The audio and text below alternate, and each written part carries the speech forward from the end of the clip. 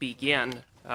Given the severity of the claims that have been leveled against Mr. Butts by the former Attorney General, and given that this matter has been referred to the RCMP, or a request has been made for the RCMP to investigate, I believe that it is appropriate in the circumstances that Mr. Butts be sworn in pursuant to Section 10 sub 3 of the Parliament of Canada Act, so that he can answer questions under oath, and that if he fails to tell this committee the truth and provide the answers that Canadians deserve, that he would not only be liable to being found in contempt of Parliament, but that he would also be liable for criminal perjury charges.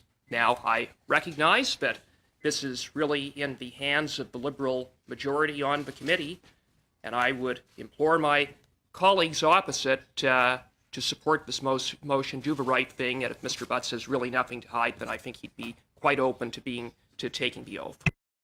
So, Mr. Cooper, as you know, you can't make a motion on a point of order. Given the importance of this, I'll allow, in any case, to have a motion put forward for Mr. Butts to be sworn in. I will point out what the clerk has told us at previous meetings when this issue has arisen, that nobody has been sworn in at this committee in at least 25 years, that somebody who is a witness, no matter who they are, is bound to tell the truth at committee. They have to. They can otherwise be found in contempt of Parliament. As Mr. Cooper pointed out, the distinction being that if Parliament is prepared to waive parliamentary privilege, which it has not done since Confederation, then a witness could potentially be liable for contempt.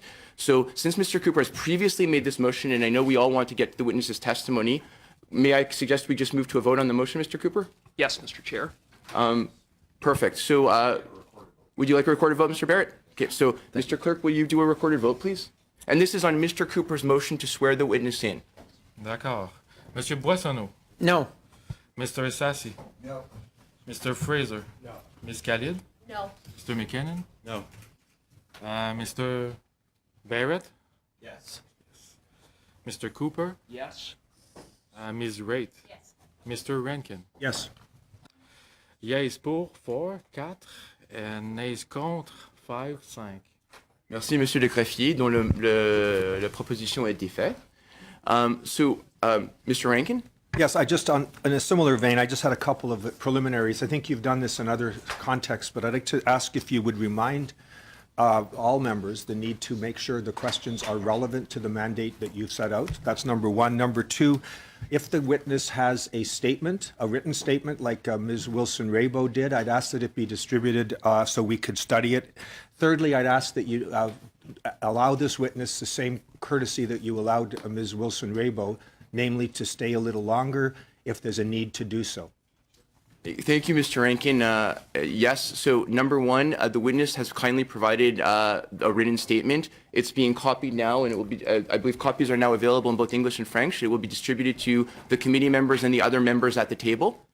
With respect to the second question, my suggestion is I think we have a time within the scope of the 2 hours to go at least 3 rounds of questions, so we will at least do that, and then we'll see where we are. And I will also, in the third round, I'll ask the committee if they're willing to have Ms. May and Mr. Weir and people from other parties get 3 minutes, as I have previously done. With respect to the third, I will deal with questions in the line of questions when we hear the witness's statement, but I'll remind everybody, of course, what you have suggested, Mr. Rankin. Thank you very much. Point of order, Mr. Chair. While I recognize that Liberal members have voted against my motion to swear Mr. Butts in, I see no reason why he might not voluntarily offer to be sworn in. Thank you, Mr. Cooper. I don't know that that's a point of order. So we're going to need, Mr. Cooper. Given point of order, Mr. Chair. Perhaps he'd be given the opportunity. Okay. Thank you, Mr. Cooper. I'm going to move back so that I guess so. You just would prefer to ignore a simple request, but perhaps he'd be given an opportunity. Is that a point of order? That he be asked?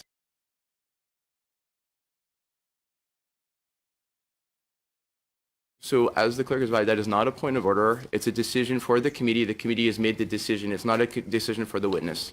So I pretty appreciate your efforts, Mr. Cooper. They're always appreciated. So coming back, so Mr. Butts, before we moved on to the points of order, you've been given 30 minutes. That's exceptional for the committee, so I don't want future witnesses to consider it a precedent, but we think it's really important for you to be allowed to give your version of events. And now I'm going to give you the floor, and I appreciate you being here with us. Thank you very much. I can assure all members of this committee that I will tell the truth. Thank you for having me here today. I would like to acknowledge that we are on the ancestral lands of the Algonquin people.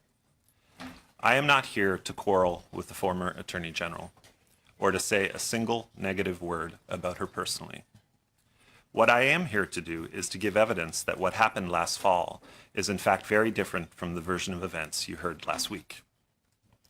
It is based on direct communications with the former Attorney General and her staff, contemporaneous notes I took in meetings I attended personally, and debriefs from people who attended meetings I did not. I want to make 3 important points. First, everyone working on this file knew that the decision to direct the DPP to enter into negotiations toward a remediation agreement was the Attorney General's to make, and the Attorney General's alone. We also knew that that decision, whatever it was, would have a real impact on thousands of people, and we took our responsibility to these people seriously. Second, I will provide you with detailed evidence that the January cabinet shuffle had nothing whatsoever to do with SNC Lavalin. Third, this is a story of 2 people who hold high office, the Prime Minister and the former Attorney General, both of whom did their jobs to the best of their abilities, as did their respective staff.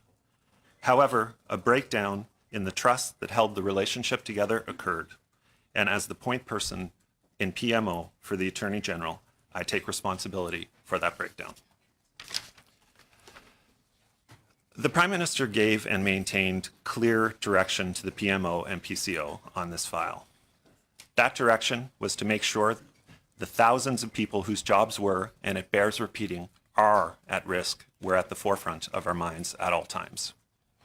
If anything could be done to protect those innocent people, we were told to work with the professional public service to make sure that option would be given every due consideration. He told us to keep in mind at all times that the decision to direct the DPP rests with the Attorney General and the Attorney General alone. We implemented that direction faithfully and with integrity. I was personally involved in the file on only a few occasions, but it was principally my responsibility to ensure that the Prime Minister's direction was followed by PMO staff. I have no doubt that they did so to the highest standards. So it was and is the Attorney General's decision to make. It would, however, be Canadians' decision to live with. Specifically, the 9,000 plus people who could lose their jobs, as well as the many thousands more who work on the company's supply chain. The Prime Minister believed that this is a real and significant public policy challenge that deserves a robust and thoughtful response. At no time did the Prime Minister or anyone in the government direct or ask the Attorney General to negotiate a remediation agreement. The former Attorney General confirmed that last week to this committee. So what exactly was staff talking to the Minister about? We had a view, which was informed by Department of Justice advice, that it would be appropriate for her to seek independent advice from an eminent Canadian jurist or panel of jurists. We believed that this was appropriate, first, because the law empowering the Attorney General to use remediation agreements is new. Indeed, this was the first time that entering into a remediation agreement under the new regime was even possible. Second, we felt that outside advice was appropriate because of the extraordinary circumstances of a conviction. The fact that the company involved employs so many people across the country heightened the public importance of the matter.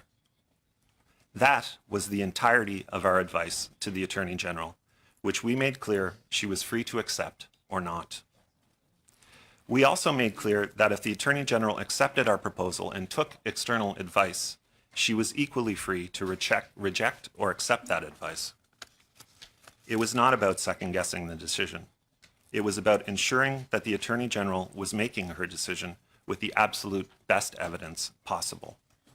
Fresh in our minds was a recent Federal Court of Appeal decision that had found that the government had not concluded consultation sufficiently in connection with the TMX pipeline. That was the substance of the discussions that the PMO had with the Attorney General and the Attorney General's office. When you boil it all down, all we ever asked the Attorney General to do was to consider a second opinion. I am not a lawyer, but I have extensive experience in government. When 9,000 people's jobs are at stake, it is a public policy problem. It was our obligation to exhaustively consider options the law allows and to be forthright with people in explaining the Attorney General's decision, in order to be able to demonstrate that the decision was taken with great care and careful consideration of their livelihoods. We learned last week that the DPP made her decision not to pursue a remediation agreement on September the 4th, and that the Attorney General was out of the country until September the 12th. In that version of events, the Attorney General made the final decision after weighing all of the public interest matters and a new law involved in just 12 days. Imagine for a moment that on September the 16th, the day the former Attorney General told this committee the decision was made, firmly and finally, that she made a public announcement to inform Canadians of that decision. What would be the rationale? In fact, I learned for the first time while watching the former Attorney General's testimony that she had made a final decision on the 16th of September. My understanding is that nobody in the PMO or PCO knew that at that time either. In fact, it is not, to my knowledge, how the law works. My understanding, which was informed by the public service and lawyers in the PMO, is that the Attorney General's power to direct the DPP extends until the time a verdict is rendered. My further understanding is that the Attorney General is free to take advice on the decision up until that point and is obligated to bring fresh eyes to new evidence. I believe the former Attorney General confirmed this in her appearance here last week. The DPP considered the matter again itself in late September when new evidence was presented by the company, and the DPP made a fresh decision on October the 9th, 2018. It was in that spirit that Mathieu Bouchard and Elder Marquez had a discussion with the former Attorney General on November 22nd, 2018. They discussed a memo prepared by lawyers in the Department of Justice that described the option to seek counsel from an eminent jurist. It was also the subject of my and the Prime Minister's Chief of Staff's one meeting on this file with the Attorney General's Chief of Staff, which I will happily answer questions about. In any case, that was our operating assumption. The decision wasn't made, and we were free to inform it with advice. In the end, it was the Attorney General's alone to make, and it would be for all of us to explain. Most important, it would be for many thousands of people to live with. Following the September 17th meeting with the Attorney General had with the Clerk and the Prime Minister, I was debriefed that the next step on the file would be to have the Clerk and Deputy Minister of Justice meet with the Minister. That is my full recollection of the content of that meeting, which I can confirm I did not attend. That seemed like a prudent course of action to me, and I went back to doing what I was doing pretty much 24/7 in September, which was working on the NAFTA negotiations. If the Attorney General had made a decision and communicated it to the Prime Minister and Clerk, why would there be a next step at all? Why would the Attorney General take and solicit meetings on a closed matter? Moreover, why would the Attorney General not communicate her final decision in writing to the Prime Minister? Minister Wilson-Raybould's preferred method of communicating complex or important matters is in writing, which I very much appreciate. I have studied lengthy memos from the former minister on subjects as diverse as the appointment of a Supreme Court justice, the TMX pipeline process, and the work of the Cabinet Committee on Reconciliation. Yet in all our texts and emails, which begin the summer of 2013, there is not a single mention of this file or anyone's conduct on this file until during the Cabinet shuffle. I believe that if any minister is made aware of something they think is this wrong, I believe they have an obligation to inform the Prime Minister soon after they become aware of it. I spoke with the former Attorney General once on this file, on December 5th, 2018. In 3.5 years in government, we had one brief discussion about it. She raised it with me at the end of a 2-hour dinner at the Chateau Laurier Hotel. She requested the meeting via text message a few days earlier. On November 26, she wrote, "Hey there, GB, do you want to chat? I have a number of things to bring up. Maybe you do as well. Tomorrow after cabinet, perhaps. Thanks, Jode." I replied, "Sure, I'm heading to Toronto right after, but could delay 10 minutes. She replied, "Happy to chat another time with you if heading to TO. Think this convo may be a bit longer than 10 minutes. We could not arrange our schedules to meet for a couple of weeks. It was a busy time. We were preparing for the G20, the new NAFTA signing ceremony, and the first Ministers meeting with Premier Ford. Minister Wilson-Raybould solicited the meeting with me. She also raised the subject with me. She asked if I had a view on the file, and I said I understood our offices were working together on ideas. We talked briefly about the idea of asking a retired Supreme Court justice for advice, but I noted that I had no expertise in the matter. I believe that the Harper comment she referred to was in the context of that discussion, Mr. Chair.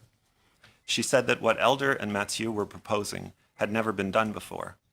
I said my understanding is that remediation agreements are brand new to Canada, and that the PPSC itself was not very old, having been brought into being during the Harper years. I was not making a partisan point, Mr. Chair. My suggestion was that it is a legitimate public policy discussion to have in this circumstance, and it would help clarify the Attorney General's powers in this and any subsequent case. I suggested she speak with the clerk or the public service for more expert advice. I said that it was her call, and I knew it was her call. I have no memory of her asking me to do anything or to speak with staff about any aspect of this file. At no time did the former Attorney General suggest to me that Elder and Mathieu had done anything wrong. The context of that meeting for me is that we hadn't seen each other in a while. We had both been busy with files that were not related to each other, and the minister and I hadn't really had a chance to have a good catch-up since we last had dinner at the end of July. I talked mostly about climate change, the pollution pricing policy, the Saskatchewan court challenge, and the strategy to deal with the First Minister's meeting. I also asked her advice on the LAV contract with Saudi Arabia. She had on her mind the civil litigation directive regarding Indigenous peoples and various other matters unrelated to the file you are examining. We parted that meeting as friends and colleagues and exchanged personal text messages a couple of hours later. I wrote, "Nice to see you." She replied, "Nice to see you too. Thanks for the convo. Please say hello to the PM. Heard him speaking my language in his speech. Good luck in Montreal. We stick to our guns/plan. We will be good." I just want to note that the reason she talks about that is I had left the meeting just to go meet the Prime Minister to go to the FMM in Montreal that evening. Finally, on Tuesday, December the 11th, the Minister texted me for the last time about the December 5th meeting. It read, "Hey there, couple of things. 1, KSA/LAVs. Thought about it more. Have some thoughts. Would not mind discussing. 2, RE directive. I made most of changes from Elder already prior to Cabinet. Can this go out? Honestly not clear as to what result was at Cabinet. Here PM wants changes, but I am confident I have addressed all concerns. This is a big deal to me, as you know." The directive she is referring to is the Attorney General's directive on litigation matters involving Indigenous peoples, which was issued just before Ms. Wilson-Raybould became Minister of Veterans Affairs in January. As you will note, SNC Lavalin is not mentioned in these exchanges at all. I am fully aware that two people can experience the same event differently. I believe that the minister shared my interpretation of our dinner and I only quote these messages so you can appreciate why I was so surprised to hear months later that the minister experienced that dinner as pressure. I do not see how our brief discussion of that file constituted pressure of any kind. The second and final meeting I had on the file was with Jessica Prince, the minister's chief of staff, and Katie Telford. There was no urgency to attend that meeting. I remember that meeting very, very differently than the account given last week.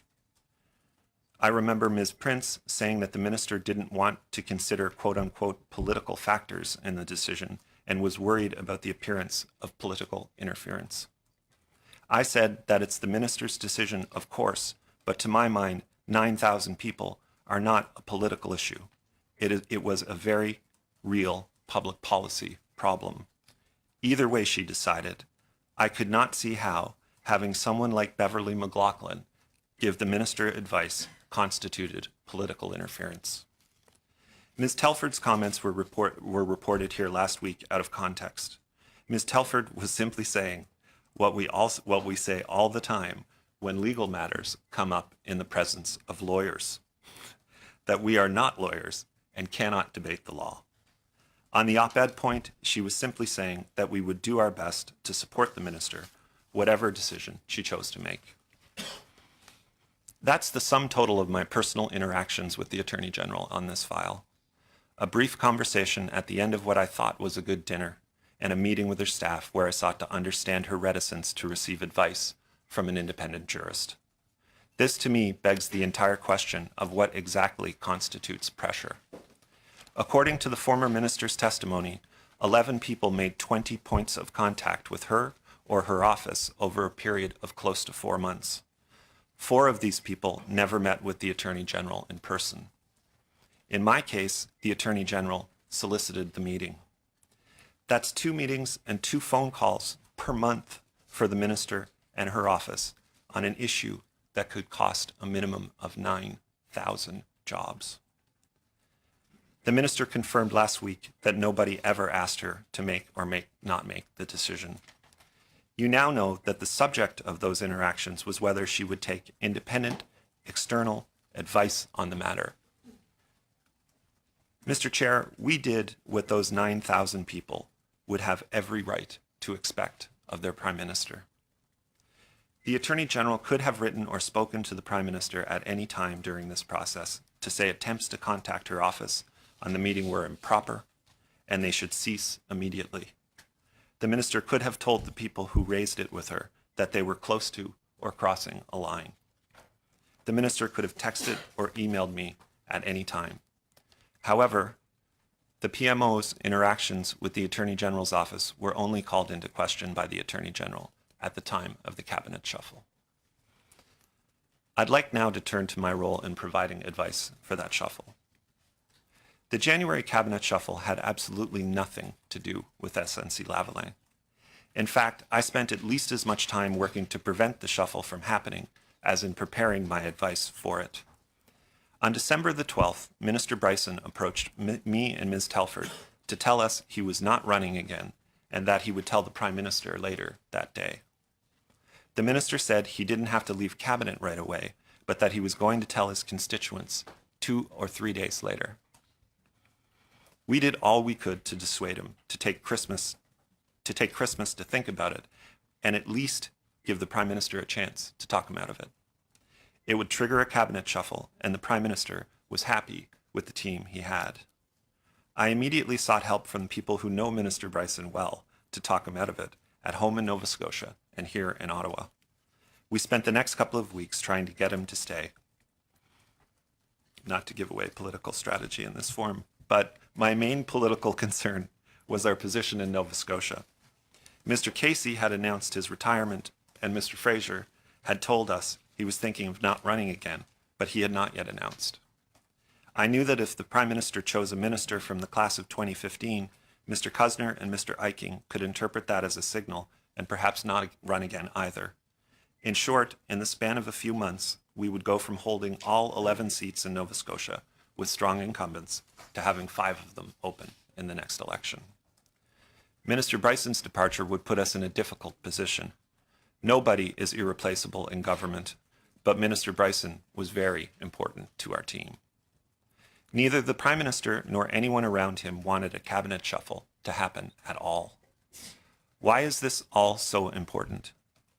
If Minister Bryson had not resigned, Minister Wilson-Raybould would still be Minister of Justice today. That is a fact, and facts are very stubborn things.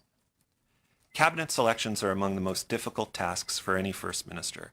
I've advised 2 First Ministers on 13 of them. They're all unique. In this case, the Prime Minister would have just a handful of days to factor in all of these complex considerations.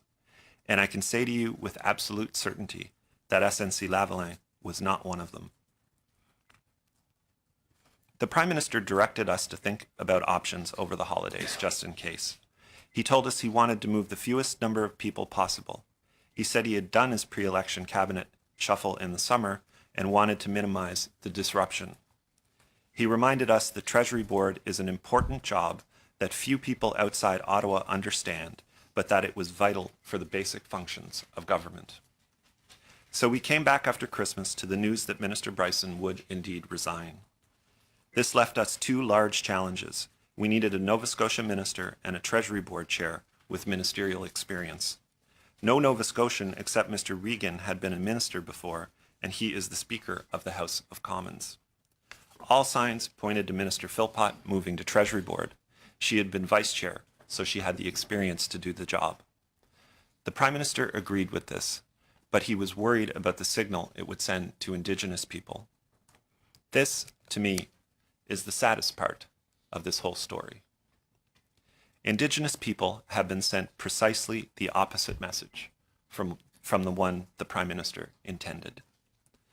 The most valuable thing in any government is the First Minister's time. The Prime Minister spends a lot of his on Indigenous issues. A lot. He cares about the relationship deeply. He was preoccupied with the fact that we had the Child and Family Services legislation coming up. He thought it would be one of the most important bills that the government would pass. He wanted a person in Indigenous services who would send a strong signal that the work would keep going at the same pace and that the file would have the same personal prominence for him. The right, and perhaps only person who could do that, was Minister Wilson-Raybould. The Prime Minister knew there were several capable and experienced lawyers in caucus. The short list for justice included several eminent lawyers with good backgrounds, including David Lametti. The Prime Minister chose Mr. Lametti because he is a distinguished McGill Law professor with graduate degrees from Yale and Oxford. He was also aware that it would raise eyebrows if he had 3 ministers and very large portfolios who all represented ridings on the subway line in downtown Toronto. That was the context in which the Prime Minister made the decision to move Minister Wilson-Raybould. It had nothing whatsoever to do with SNC Lavalin. So the plan was a simple one, Mr. Chair. Philpott to Treasury Board, Wilson-Raybould to Indigenous Services, bring Lametti into Justice, and Jordan into the new Rural Affairs portfolio that caucus had been lobbying for. It was a simple plan for a small, tidy shuffle. The situation started to change on the weekend of January 5th. The Prime Minister spoke to Minister Philpott in person, one-on-one, in his office on Sunday the 6th. The Prime Minister debriefed us right afterward. He said Minister Philpott was excited by the challenge, especially the digital government aspects of her new file.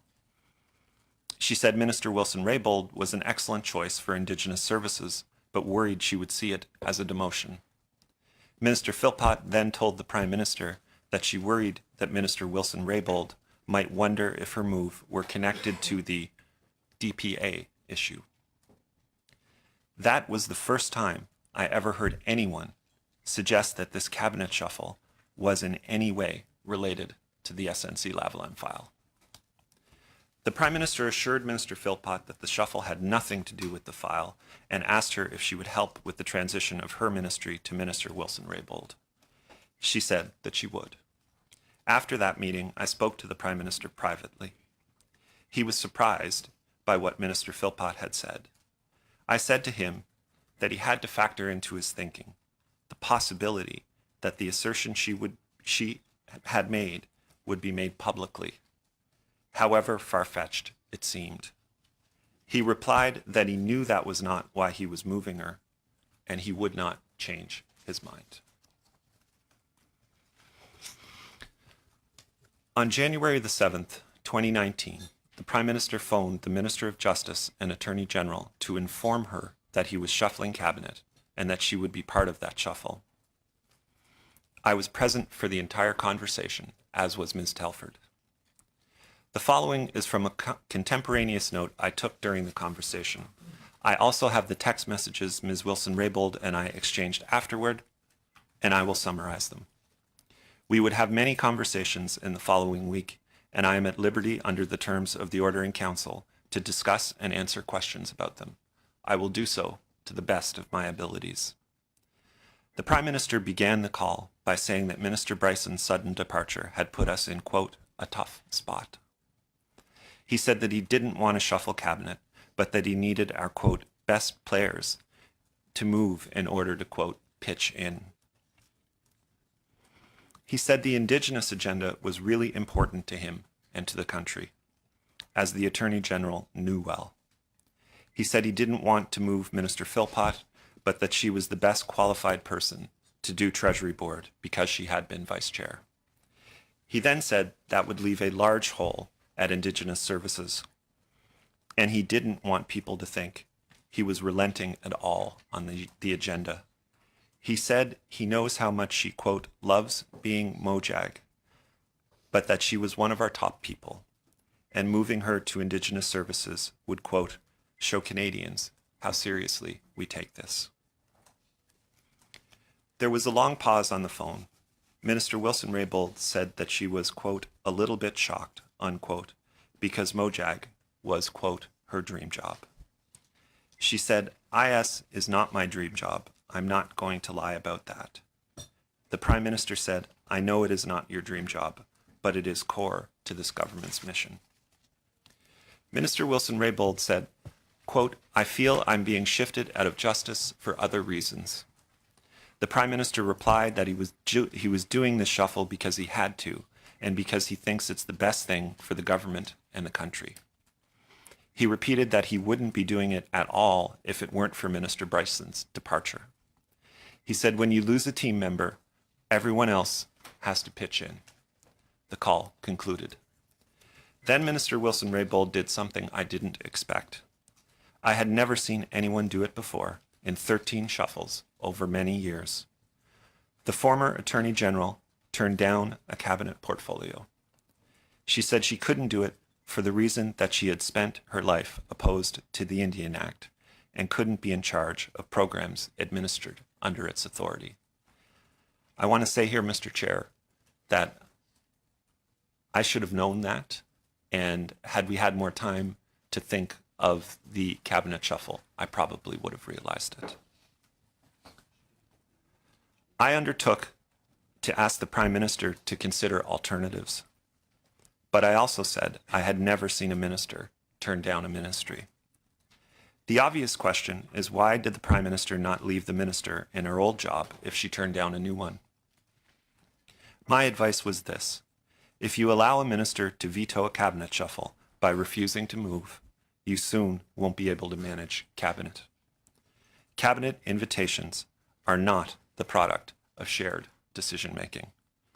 My advice was that the Prime Minister should not set the precedent that a cabinet minister could refuse a new position and therefore remain in one position for the life of the government. Over the next few days, Ms. Wilson-Raybould and I talked and corresponded many times.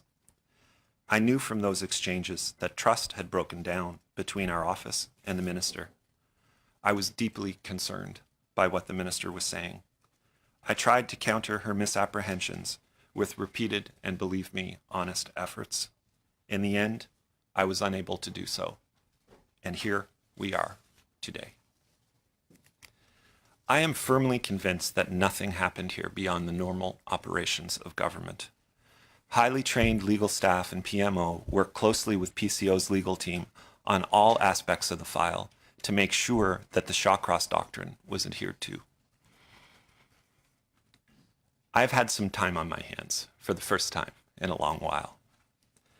I've used that time to review all of my existing texts and emails with Ms. Wilson-Raybould since we met on October the 3rd, 2013.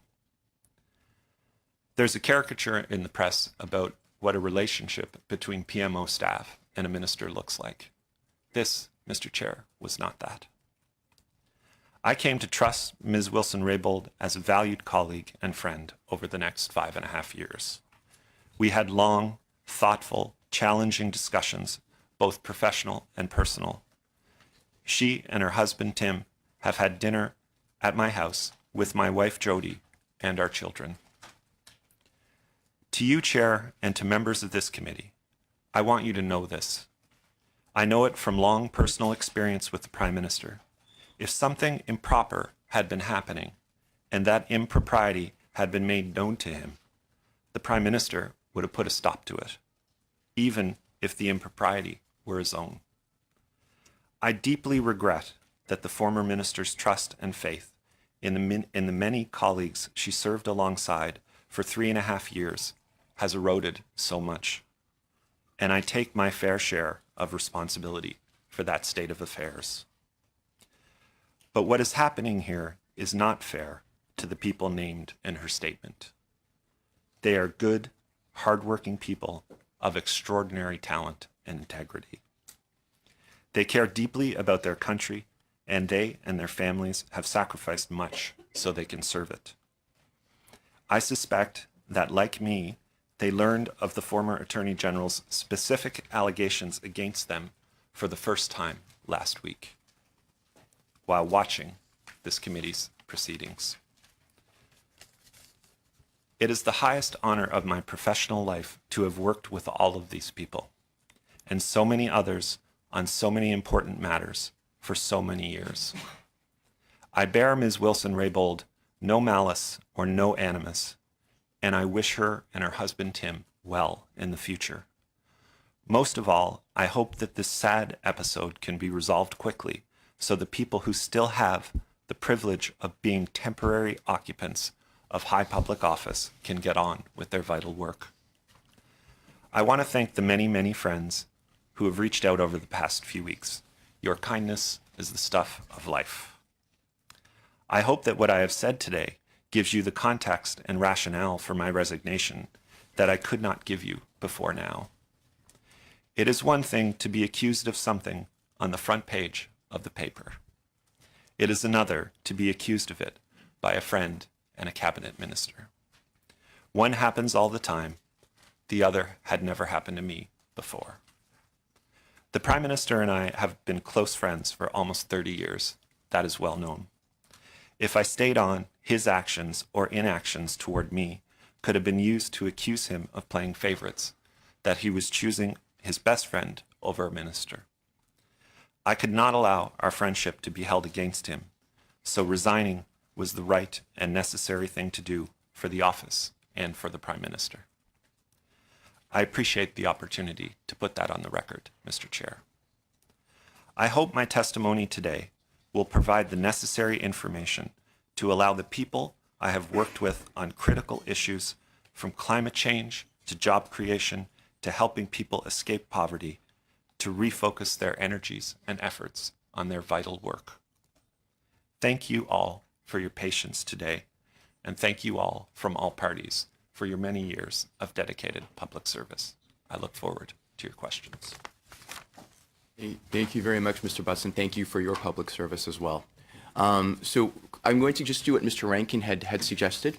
I usually am very flexible in timing, but within these meetings, I am sticking to a fairly strict time frame. Before every round, I will remind everybody how long they have, and I will stick to that with respect to everyone, which means that given the short time frame, I would ask the witness to please be succinct in his responses to the extent he can, and also to ask questioners to let the witness finish his answers unless he's really going on too long.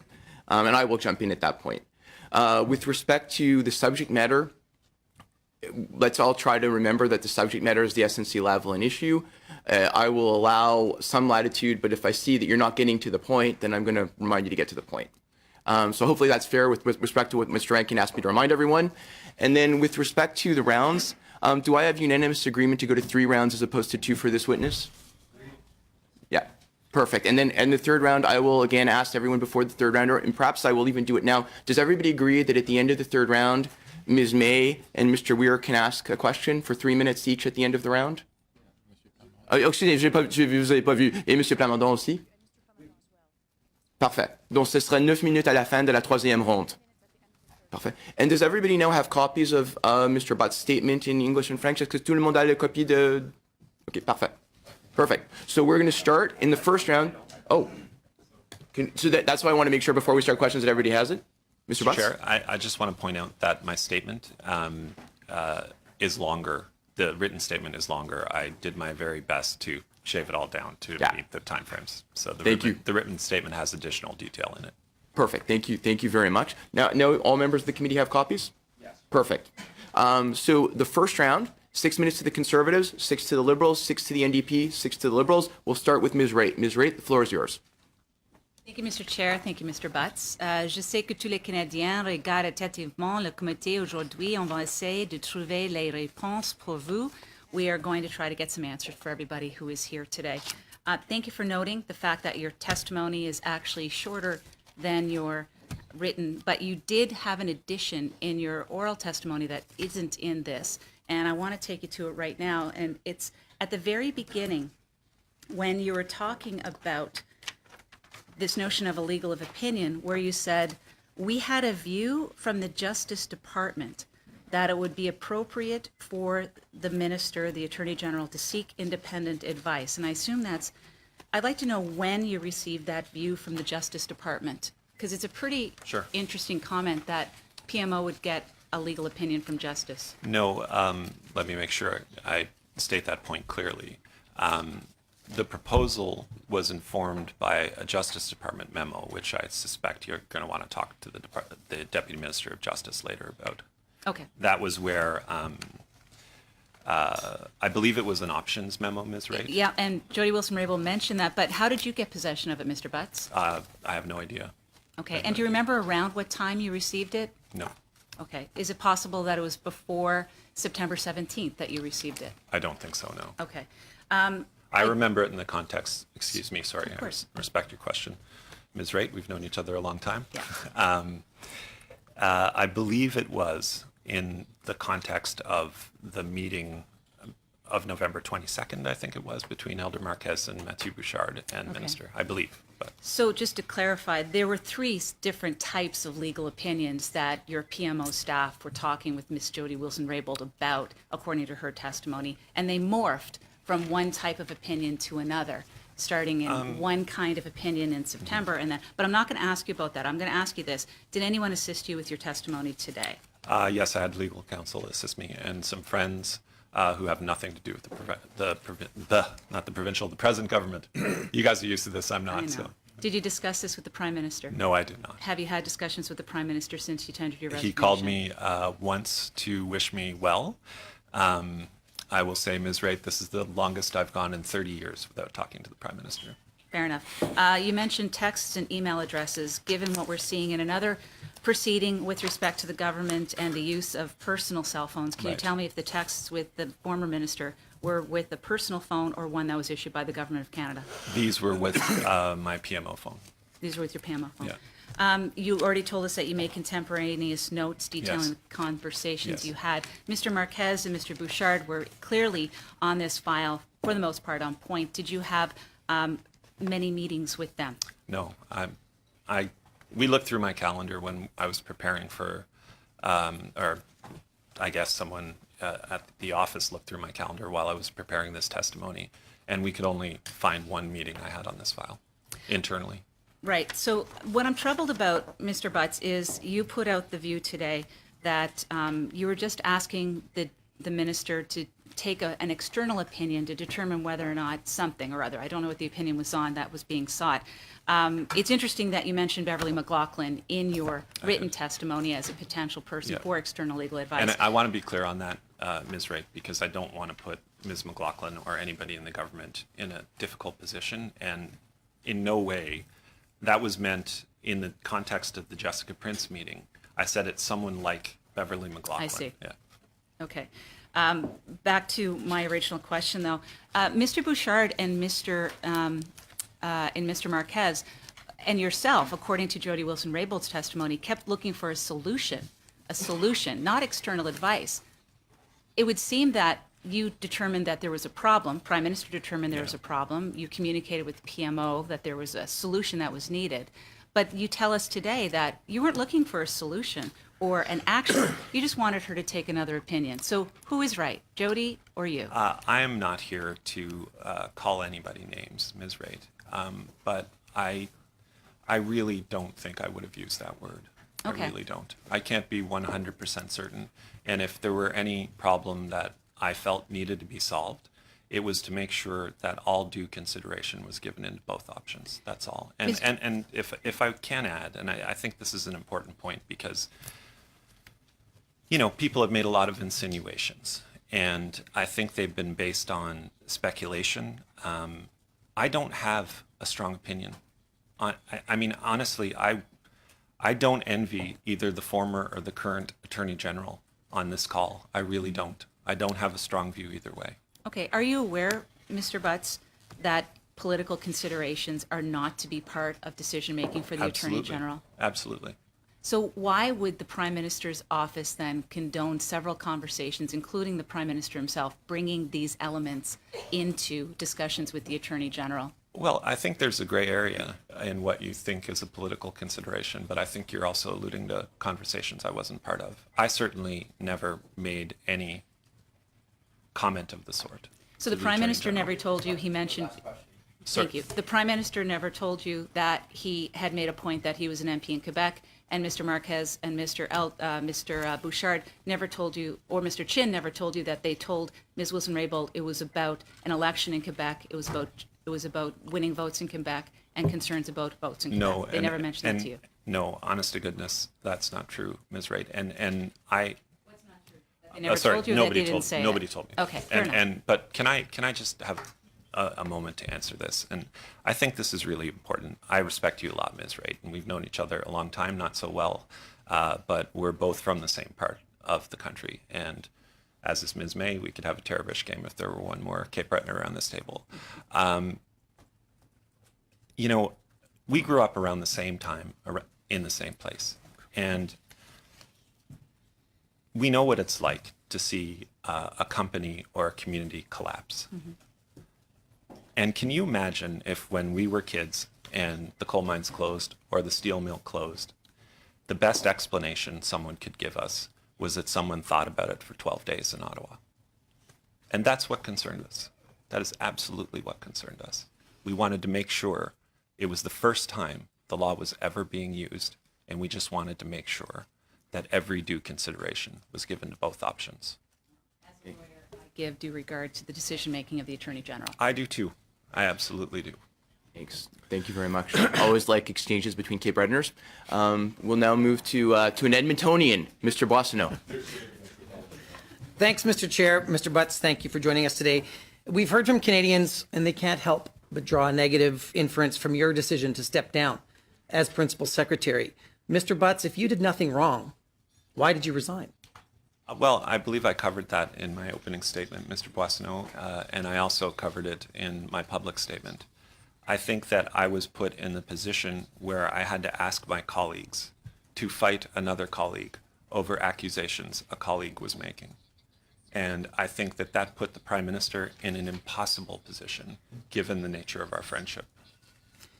In your statement following your resignation and today, you categorically deny the accusation that you or anyone else in the PMO pressured the former Attorney General. Yet we've heard her testimony very clearly at this committee that alleges otherwise. Why should Canadians believe your version of the facts? Well, I'm not, as I said to Ms. Wright, Mr. Boissonneau, I'm not here to cast aspersions on anyone or to suggest that anybody is deliberately misleading anyone else. I do believe that it is possible for people to draw different conclusions from the same experience. All I'm doing here is representing to you, to the best of my abilities, the truth as I see it and the events as they occurred I supplied some context in terms of contemporaneous messaging between myself and the former Attorney General. But I'll also say this. These are really important jobs, but at the end of the day, we're all people. And when trust breaks down amongst people, I think that it's easy to see things that have already happened in a different light. Thank you. In your statement, you said that it was important that the former AG be able to provide a rationale for not giving a remediation agreement to SNC Lavalin. In your mind, why was it important that she be able to give a rationale for not giving a remediation agreement to SNC? Well, a couple of things. One is the legality of the legalities, the law on this is very fresh. And we thought it would be an appropriate step to get seasoned, eminent advice from a jurist that would help flesh out the process around the law. And that's all we were trying to do. There was nobody trying to make the AG make one decision or another. So in your testimony today, as I understand it, your discussion with the former AG was about that need for a rationale. It was the substance. Yeah, I mean, it's the discussion I had with the AG was literally, as I recall it, as we were about to get up from the table after 2 hours of talking about a bunch of other things. And, but yeah, that's what it was about. That's helpful. Ms. Wilson-Raybould shared her perspective that it was appropriate for colleagues to draw her attention to important policy considerations related to this issue, as you've done today, related to jobs. Yet when this pressure veered into the realm of provincial politics, she then deemed it inappropriate. So do you believe that successive meetings and raising such issues was appropriate? What do you mean by such issues? Well, members of the PMO talking about the fact that provincial politics are coming, that there's an election on the horizon. I'm not going to pass judgment on what anyone else did, Randy. Okay. Mr. Boissonneau, excuse me. Do you believe it was appropriate for people to speak with her at all after she had said that her decision was final on this matter? I do not recall, as I said in my opening statement, that she ever said that. And I'm not sure why. I mean, my understanding of the law, and I will say to you what I said to Ms. Prince on Sure. December the 18th or whenever that was. I'm not a lawyer, so I'm always very hesitant to get into detailed discussions of the law. And that is particularly true in my interactions with the Attorney General. So I don't know what I can say on that, Mr. Boissonneau. No, that's fair. Yeah. So in your role as the former principal secretary, you would have been privy to many important meetings. Correct. I'm interested to know if you ever witnessed inappropriate pressure on the former attorney general. No. Would you have raised the issue with the prime minister had you ever witnessed a colleague inappropriately pressuring the former attorney general? Absolutely. Thank you for that. We heard from Michael Warnick's testimony that while there may have been pressure, none of it was inappropriate, undue, or lawful. I think he said lawful advocacy. He stated that Canadians ought not to be worried about the rule of law in this country. Are you worried about the rule of law in Canada? Absolutely not. Why? Why not? Because, and this is one of the things that I think is really important to keep in mind. I've seen a lot of things over the last 3.5 years, interfaces with other governments in other countries, and in a lot of places, public institutions, excuse me, are faltering and failing, and they're faltering and failing in countries that look just like ours. Canadians should have faith in their public institutions, and they should have faith in their public institutions because they work. I have absolute confidence in this committee, in Parliament, in the independence of the justice system, and in the professional public service, and in the powers of the Attorney General's office, which I want to say, Canadians should feel protected by the powers and conventions governing the relationships between these offices, not by the presence of any individual at any given time. At any point, Mr. Butts, did the... All right, your time has expired. Thank you. Mr. Rankin. Thank you, and good morning, Mr. Butts. Thank you for being here.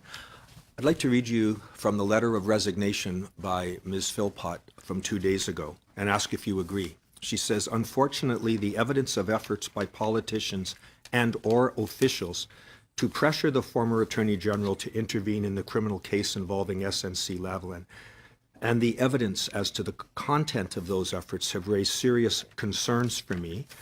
The solemn principles at stake are the independence and integrity of our justice system. Sadly, I have lost confidence in how the government has dealt with this matter and how it has responded to the issues. Finally, she says, I must abide by my core values, my ethical responsibilities, and constitutional obligations. I take it from your summary that you have a complete disagreement with her conclusions. Well, I certainly don't have a disagreement with her conclusion in the sense that she's lost confidence. That res ipsa loquitur. And by the way, I should say congratulations on your retirement, Mr. Rankin. Thank you. I've been an admirer of yours for many years. Obviously, my opening statement details at length that I disagree with the former minister's perspective on this, yes. All right. Now, listen, I want to talk to you about two events. December 5th, when Jody Wilson-Raybould met with you, both sought out a meeting, and she testified that I wanted to speak about a number of things, including bringing up SNC and the barrage of people hounding me and my staff. Do you recall her saying that? No, I do not. So you've no memory of that. Now, on December the 18th, 2018, you've talked about the Chief of Staff, Jessica Prince, meeting with you and Katie Telford. And according to a text that was read to us by Ms. Wilson-Raybould, which I'm sure you remember, she said, Jerry said, Jess, that's Jessica, there's no solution here that doesn't involve some interference. Then she says, I guess they're finally being honest about what they're asking you to care. Don't care about the public prosecutor's independence. Katie was like, we don't want to debate legalities anymore. They kept being like, we're not lawyers, but there has to be some solution here. What solution could possibly exist if it did not involve inappropriate political interference? Well, I think I went through that in some detail in my opening remarks, Mr. Rankin. I have a very different recollection of that meeting. And I don't think I would have used the word solution because it's not one I would use in this context. But, my basic point to Ms. Prince was that if getting advice from someone like Beverly McLaughlin constitutes political interference, then it must be your position that you can't have a conversation about this file. But if she rejected that, if that became clear at some point in time that her mind had been made up, would it not be reasonable for us to infer that that barrage of hounding, to use her words, was happening? Because she told people at the highest level of your office, she wanted them to back off. Her decision was made up. Whether that was a good decision or a bad one is really not for us to talk about. It's just the way in which that was communicated. Well, I would make a couple of points on that, Mr. Rankin, with respect. One is, I don't think it was possible for her to have her decision made. My sense, and as I was briefed by the professional public service at the time, was that she was obliged to bring fresh eyes every time new evidence arose. And was there any new evidence? What new evidence? We've never heard of any new evidence. There must have been, I'm not aware of any, but there must have been there must have been some reason for the DPP herself. So you would accept that if there were no new evidence, that it would be inappropriate to continue to push her, having demonstrated, as she had said so clearly by that point in time, that her decision as independent Attorney General had been made up? No, I would not accept that. I would ask professionals for advice on it if that were in dispute. Because you said, I think, in your testimony that up until the verdict, it's always appropriate to talk. That is my understanding of the law. All right. Yeah. As I was briefed. So my next point, Mr. Chair, is that the witness talked about a conversation with the Prime Minister concerning the removal of Ms. Wilson-Raybould from Cabinet. I point out to everyone that we don't have the ability. She refused to talk about that appropriately because the waiver that was given to her by the Governor and Council did not allow her to talk about it. So we only have one account of that very critical meeting. So I'd ask for the record, that we called the witness back after the governor and council liberates her to talk about the balance of this, or we'll never know what truly happened. I just think that's obvious. So, Mr. Rankin, with respect, my understanding is not that. My understanding is that I am covered by exactly the same waiver liberty, whatever you want to call it, that the former minister was when she was here. The event I'm describing, the two events I'm describing, the conversation the Prime Minister had with former Minister Philpott and with former Minister Wilson-Raybould, happened successively on Sunday, January the 6th, and Monday, January the 7th. And my understanding is that the waiver covers the events up until the 14th. So her testimony, people will recall, members will recall, was that she could not tell us about those events. So I'm told now that she can. So therefore, we need, with great respect, to hear her account of the same event. You're noted. Your time is now up, Mr. Rankin. I think it's up to every witness to determine for themselves what the order of in council covers. So I believe she. I believe that she did speak to these events at the committee, but we will take under advisement your comments. And I do note the witness's comment to Mr. Rankin, and I think from all of us who have served on the committee with him for the last number of years, his intelligence, his integrity have always been incredibly appreciated at this committee, and it will be a real loss to politics and to Ottawa and to the national parliament that you will no longer be here after the election.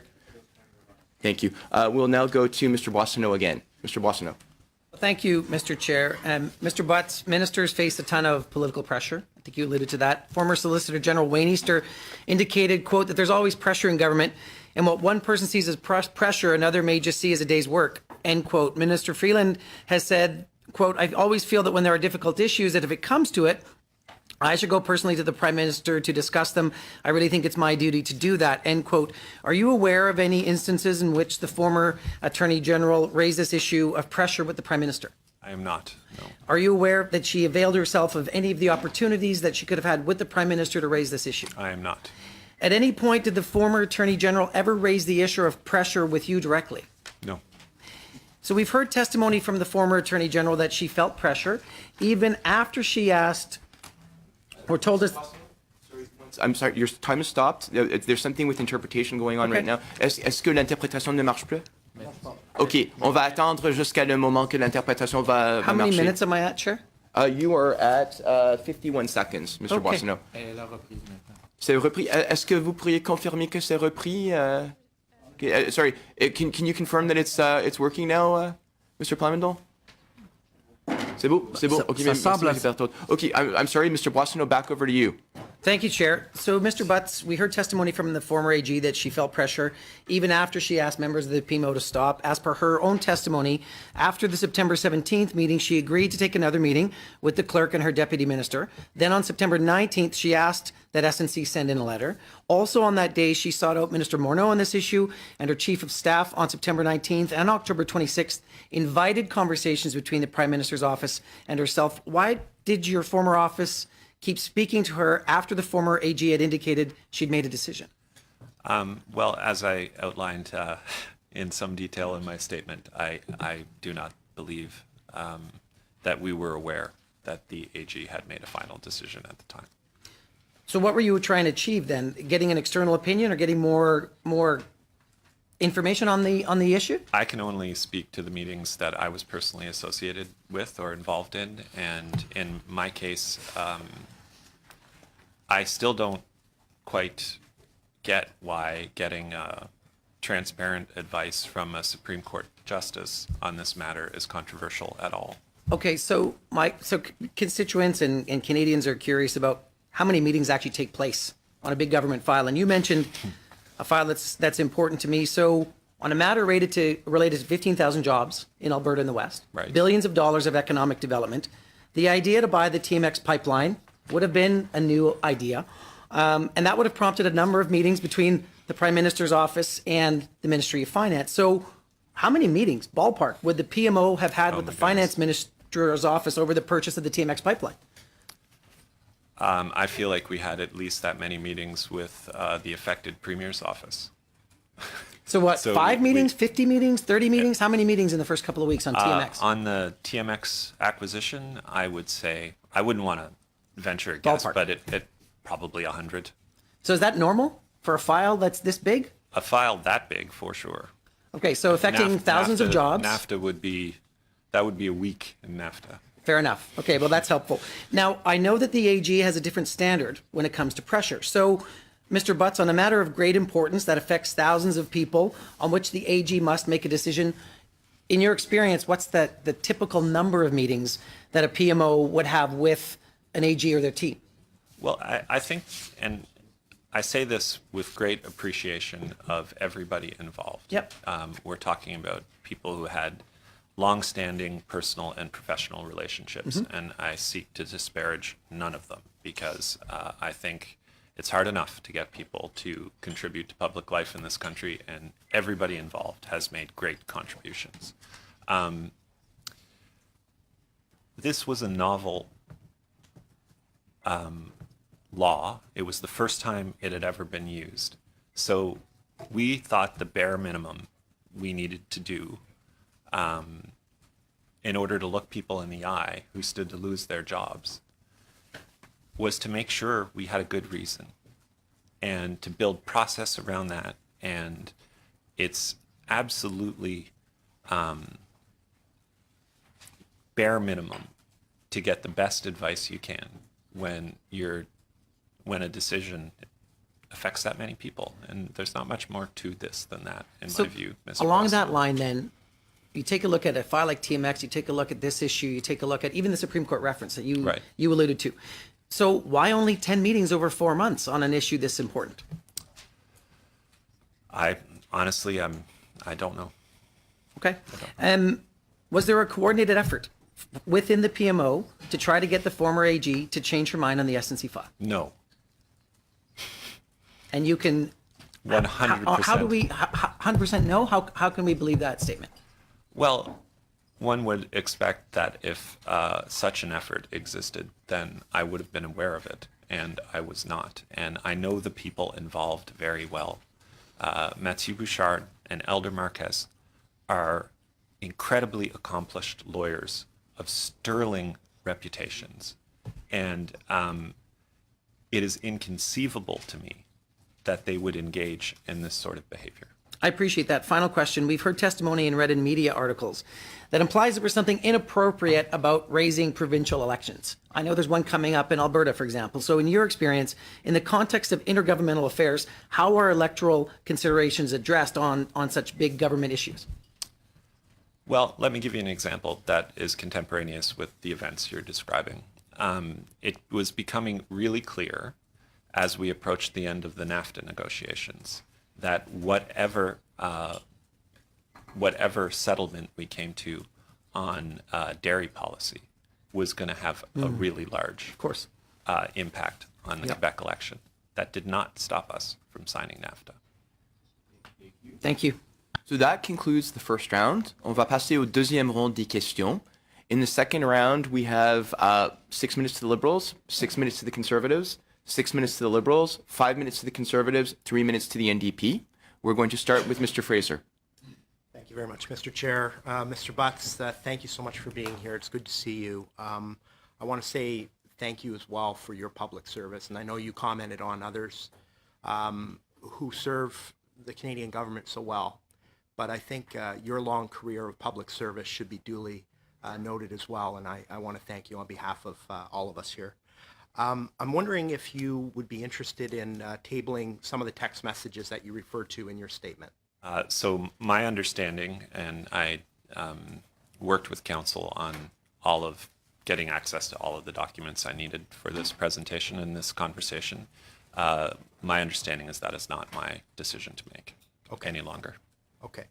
I want to follow up on a question that Mr. Boissonneau was asking you a moment ago regarding a coordinated effort in the PMO, and your answer was very clear. I just want to ask, did you direct or even encourage anyone in the PMO to try and pressure the former Attorney General to approve a remediation agreement? Absolutely not. And as I said before, I really don't have an opinion on what decision either the former or the current Attorney General could make, and I should make, and I am quite happy that I am not in their shoes.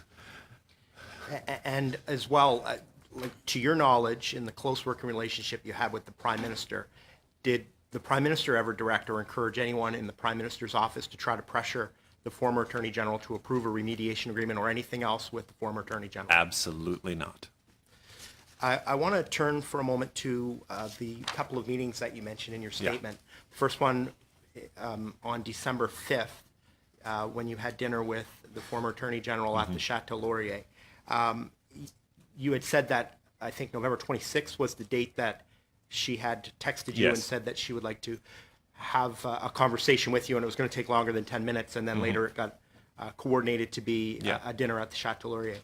She mentioned in her statement that it was a meeting that you both had wanted. Is that fair to say, or would you say that it was her asking you for the meeting? Well, I'm not sure they're incompatible statements, to be honest. I certainly responded very quickly, and I always enjoyed meeting with Minister Wilson-Raybould. So it wasn't like she had to drag me to the Chateau Laurier Hotel. Okay, and you'd mentioned as well that there were a number of items that were, I guess, discussed at that meeting, which would be in the normal course of things with the minister whom you were friends with, and had a number of issues that you wanted to go through. SNC Lavalin came up in a brief discussion near the end of that conversation. Is that your recollection? Absolutely, yeah. And when that issue came up, what can you tell us about what was discussed regarding SNC Lavalin at that meeting? I covered all that I can recall in my opening statement, Mr. Fraser, and I didn't give it a moment's thought at the time afterward. I just thought, I guess Minister wanted my perspective on that. And in the conversation, she was the one who brought up that issue? Correct. With you? And Mr. Rankin mentioned a moment ago that in her testimony, she said that there was a barrage of people hounding me and my staff, and she wanted to bring that to your attention. You didn't recall that. Do you recall her saying anything regarding anyone inappropriately pressuring her or feeling like she was not being treated fairly with regard to this matter? No, and I believe that I would have done something immediately about it. I was heading to the airport to meet the Prime Minister to go to the First Minister's meeting in Montreal, and I would have done something about it. And in the follow-up text messages and communication you had with her afterwards, it seemed as though to I guess corroborate the fact that it was a cordial meeting that you had. It was a nice dinner, and that there was no difficult discussions. Yeah, Minister Wilson-Raybould and I would have dinner maybe 2, 3, sometimes 4 times a year. And we'd catch up on a whole lot of things. I mean, I learned a tremendous amount from her, and I have a lot of respect for her. This is a very unfortunate series of events. Was there any briefing that was done with anyone else after the December 5th meeting, from your point of view? Anything related to? I may have mentioned the next day in Montreal that I had suggested, or I usually debrief Katie, Ms. Telford rather, or the clerk maybe. I don't know. I don't have a clear recollection of it, to be honest. Okay, and it was quoted that you had said that you disliked the law and we need a solution on SNC stuff, and you made comment about that, but that's not the way that you would have characterized that. No, and I appeal to the firsthand knowledge of the people who have worked with me over the years on very delicate, sensitive matters, including many of you around this table, and ask you whether or not that is in keeping with my character to do such a thing. Okay, and the Harper era law that you were talking about, or you talked about the fact that there was a director of public prosecutions brought up, and that happened in the time that Stephen Harper was the Prime Minister. That was the context of that. Yeah, that's it. It was a chronological point, not a political one. Okay, thanks very much. Thank you very much. Ms. Raitt? Mr. Butts, you said that you reviewed your texts since you have resigned from PMO. How did you still have possession of your government phone? I acquired the ability to review my texts through my counsel. I do not have possession of my government. You don't have your phone, so you received the access to the phone? Is that what you're saying? However, my legal counsel got the texts. That's how I got them through my legal counsel. So they did a review of records and they produced the texts to you? I'm not sure what you're asking, Ms. Reid. I'm asking how, if you gave up your phone when you left the PMO, that you still had access to the phone to produce the texts today. You said you didn't. You received it from your legal counsel. That's true. And I'm asking who then picked the texts that you were to receive and look at. You may recall there was a small story on the front page of the Globe and Mail about this a few weeks ago. And when that story ran, I said to myself, actually, it wasn't when the story ran, it was the next day when I got a very specific question from the Globe and Mail through the office directed at me about my meeting with Minister Wilson-Raybould. I believe they were even specific enough to say at the Chateau Laurier Hotel, where my first instinct was to look at my phone and see if I remembered it as correctly as I thought I did. Okay, talking about the cabinet shuffle, your testimony is it wasn't about SNC Lavalin. So why was the Deputy Minister of Justice told that why did the Deputy Minister of Justice say that the Prime Minister wanted to talk to the new Attorney General about SNC Lavalin matter first thing? I have no idea. You'd have to ask the Deputy Minister of Justice that. Okay. Do you believe that SNC Lavalin was entitled to a deferred prosecution agreement? No, absolutely not. I'm going to read you a part of the mandate letter. Did you draft the mandate letters for the ministers? Did you have a hand in drafting the mandate letters? I'm not sure. I think that's a subjective standard. I probably read them before they were sent, but I don't think I... Right. Yeah, Well, had one a heavy interesting hand in piece for me is that the Attorney General of Canada, you are the Chief Law Officer of the Crown, responsible for conducting all litigation for the federal government and for upholding the Constitution, the rule of law, and respect for the independence of the courts. That would seem to be the marching orders for the former Attorney General of Canada. I would agree with that. And yes. she was discharging her duty during this entire time. I believe so. I have no reason to believe she wasn't. Okay. You mentioned a minute ago, Mr. Butts, that Elder Marquez and Mr. Bouchard have a sterling reputation and they would not engage in certain matters of politics. Now, I want to take you through the chronology because what I find interesting is it was consistent how many times attempts were made to either get directly to the Director of Public Prosecutions, which is completely not acceptable. The only connection between the Director of Public Prosecution and the government is through the Attorney General. Would you agree with me on that? I would agree with that, yes. So when Ben Chin started negotiating on behalf of SNC Lavalin, indicating what they were prepared to agree to, as one of the chiefs that report to you, do you find that to be acceptable? Sorry, could you repeat that? So Ben Chin, on September 6th, said that SNC's legal counsel was former Supreme Court Justice, and he also indicated that SNC was prepared to agree to certain things in order to get a deferred prosecution agreement. That's the testimony of Jody Wilson-Raybould. If he did that, is that acceptable behavior in your opinion? I'm not going to answer a conditional question like that because Wow. I don't Okay. know if he did it.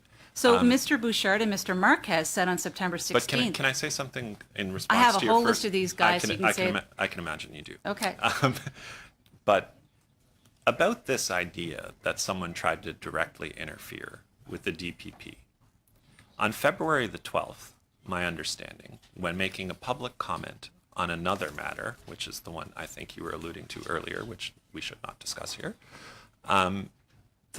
my understanding is the DPP said that there had been no political interference in that matter or in any other matter. Correct, but what I'm talking about, Mr. Butts, are the attempts to be political. And I'll bring you one more. Matthew Bouchard and Elder Marquez said, according to Jody Wilson-Raybould, that the individual Crown prosecutor wants to negotiate an agreement, but the director did not. How would members of your PMO staff have knowledge of what a single Crown prosecutor would know or not know about a DPA? I have no idea whether or not that is factually correct. Okay, as well, they indicated that the Deputy Minister of Justice thinks that she can get the Public Prosecution Service of Canada to say that we think we should get outside advice. So that's Prime Minister's office, Justice Minister, Justice Deputy Minister going directly to the Director of Public Prosecutions. Would you agree that that's not acceptable? I don't believe that they did.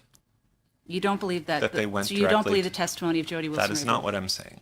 That Well, is this not is what her I'm saying. testimony, and this is what I'm saying. On September 19th, both again raised the idea of an informal reach out this time to the Director of Public Prosecutions. How is that acceptable as an indication from the Prime Minister's office to suggest an informal reach out from either the Deputy, the AG, or even a member of the Deputy's staff? How is that acceptable when we know the line between Public Prosecution Service and the politics of this country is very clear? I agree. Can I answer it though, Mr. Chair? Wanted to let you know that that's Okay, the, I agree that it's very clear, and I just want to go back to the substance of my evidence I'm providing here. I think that I don't think I know the people involved. I worked with them closely. I know the file a little bit. It just doesn't ring like something they would do on this or any other matter. Thank you very much. We're going to Mr. Fraser now. Thanks very much. Mr. Butts, I just want to pick up where I was earlier and go to now to the meeting of December 18th that you had with Kitty Telford and the former Attorney General's Chief of Staff at the time. How commonplace would it be that you would have a meeting with a Chief of Staff regarding an important matter that was of concern at the Very, time? very. We met with chiefs of staff all the time, both together and separately. Okay. How did that meeting actually come about? Who actually coordinated that meeting? I don't recall.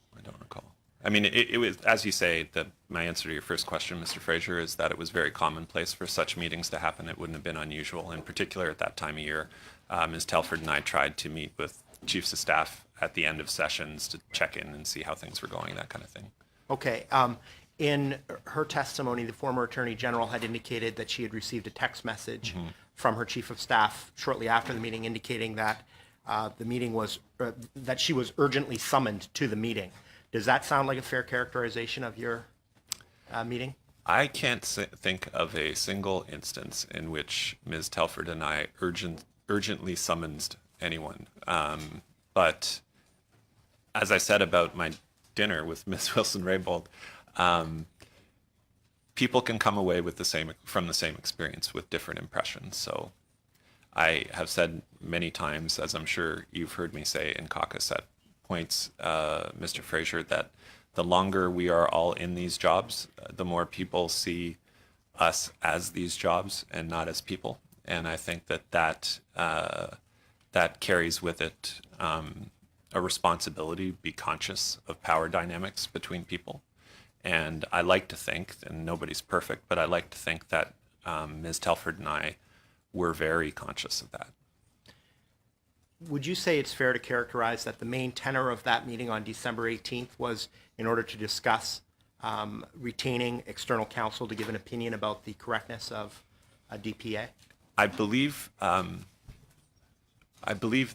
that's a fair characterization, but I can't be sure. And I know that the biggest contentious issue that we were discussing with the Minister of Justice and Attorney General's office at that time was the directive on civil litigation matters involving Indigenous people. And there were concerns in different places with different people and different ministries. And most of the discussions that I recall between our office and theirs and hers at that point in time were about that subject. So I'm sure that came up as well. It was indicated in the text messages from the Chief of Staff to the former Attorney General that you said that there was no solution here that does not involve some interference. What do you say about that? Well, I think I answered that question a little while ago, Mr. Fraser, but that is not what I said. I do remember that part of the conversation, and I think this is the this is the heart of the matter here. Does asking for external advice constitute political interference. And I think by any reasonable definition of the term, it does not. With regard to Katie Telford, you were in the meeting and Katie Telford had indicated about arranging op-eds. And I know you touched on it earlier, but can you expand a little bit on exactly your understanding of that comment that was made? Yeah, it was, it's not a sophisticated tool in politics to ask your supporters to support you, right? And it's a common practice. It's probably been around as long as there have been op-eds, that whatever position the government is taking or an opposition party is taking, they seek out supporters in the free press. I want to just return for a moment to your opening statement where you mentioned that there seemed to have been a breakdown in the relationship with the former Attorney General.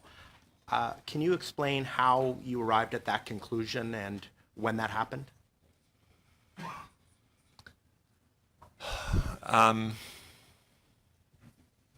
I think, from my perspective, I felt like Ms. Wilson-Raybould and I, for most of the time we worked together, whether going way back to her nomination and the election campaign, which you will all remember was not a smooth sail across a calm sea. I felt like we could generally work things out. And I think in the context of the cabinet shuffle, that became very difficult. And I think that's when trust broke down. Okay. Thank you very much. Those are my questions. We go back to the Conservatives. Ms. Raitt. Mr. Chair, I would like to move a motion, please, that the witness produce all communications, texts, emails, written notes between himself, Jody Wilson-Raybould, Matthew Bouchard, Elder Marquez, Katie Telford, David Lametti, Jessica Prince, Ben Chin, Bill Morneau, and Justin Trudeau. Do you have it written out anywhere, Ms. Raitt, to be able to? Only in my BlackBerry. Can I ask a question? Can you write out? Would you mind writing out the motion and then allowing Mr. Cooper to ask the questions in the rest of your time, and then coming back to the motion when everybody can get a copy, and I'll give you back the time to put Well, I'm forward going the to ask motion? questions in this round right now, Mr. Oh, yeah, I'm sorry. I thought Chair, Mr. Cooper was asking. Certainly, yeah, certainly I'm fine with that. So Sure, I'll sure, yeah. continue? Yeah. Okay. Mr. Butts, did you know that on September 17th, Jody Wilson-Raybould indicated that she instructed her staff to ensure they had a very detailed chronology of all meetings and conversations about the SNC Lavalin and deferred prosecution agreements because she was worried about what was going to be happening in the coming months? Were you aware of that? I was not aware of that, no. Well, she did, which I found interesting. As we were talking about what the Prime Minister office staff was doing to try to get to the Director of Public Prosecution, the second type of legal opinion that was sought was different, and this time it was a legal opinion sought on the actual director's decision to not grant a deferred prosecution agreement. Were you aware that Mr. Elder and Mr. Bouchard requested that? I'm not even sure I know what that means, Ms. Raitt, to be honest. It Okay, well- sounds, you are a lawyer, correct? I am. I am not. These are important issues, Mr. Butts, and because you're testifying here that you are the link between the Prime Minister and the Prime Minister's office, and yet the Prime Minister's staff was clearly over the line of appropriateness. That's testimony from Jody Wilson-Raybould, and that's my assumption based upon the fact that she put forward. So at the end of the day, you are responsible for these matters, and your responsibility flows up to the Prime Minister. That is correct. I'm also testifying that if anyone crossed a line, it is the responsibility of the minister to inform somebody about that. And I'm presenting myself as the most likely person that would have been informed, and I was not. So in her testimony, when she indicated that she brought it up with you and said it was inappropriate, your testimony is you don't recall it that way. My testimony is that I recall a very different conversation, yes. And that she did not tell you that it was inappropriate for people to continuously ask her about her decision after she had made it? Well, I think whether or not she made it is the subject of some debate. Well, let's go back to that. But How often- I will say that if a minister, any minister, especially the Attorney General, spoke to me and said that a member of my staff or any other staff were pressuring them in an inappropriate way on any matter, I would have spoken to that staff. So let's go back to the Section 13 memo that was written Right. for the Attorney General. For background, when the Director of Public Prosecution determines there's a matter of public interest that she needs to inform the Attorney General, she writes a memo that is only for the Attorney General's eyes personally, does not go to anybody else. And she lines out exactly why she's taking the decision and why it is important.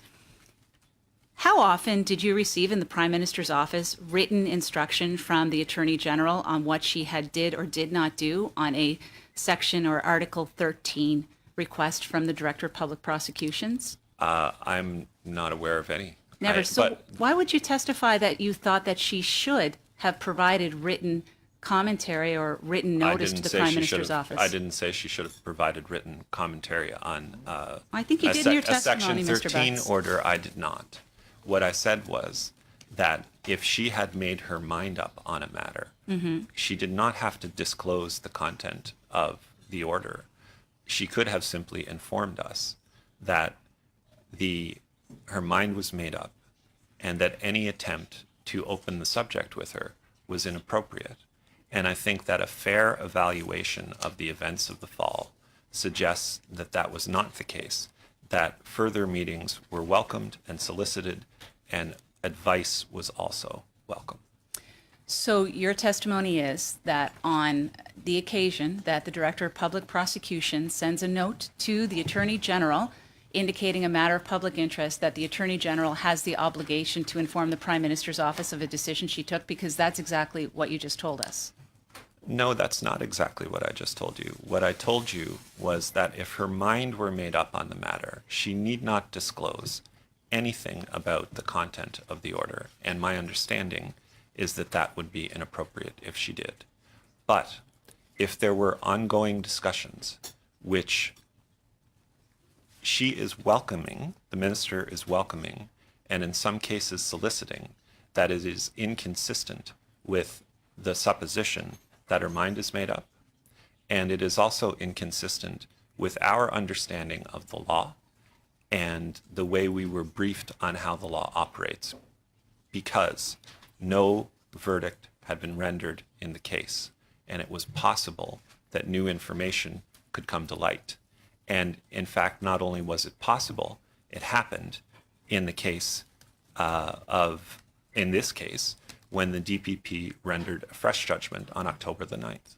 So Your time on questioning is expired. Do you want to move the motion now? So we have a copy by email, but I don't know if there's a copy that members could get. Did anybody write it down on a paper or anything that members could get distributed? No, but you can. We'll read it into the record. Well, it's not that long. Maybe people can do it without a written document. Ms. Raitt, go ahead. I don't have it in front of me right Oh, now. so Ms. Raitt, would you like me to read what you have it? have? Would you read it for me? That would be excellent. So, yes. So what we have from Ms. Raitt, colleagues, is that the witness produce all communications, texts, emails, written notes between himself and the former Attorney General Jody Wilson-Raybould, Matthew Bouchard, Elder Marquez, Katie Telford, David Lametti, Jessica Prince, Ben Chin, Bill Morneau, and Justin Trudeau.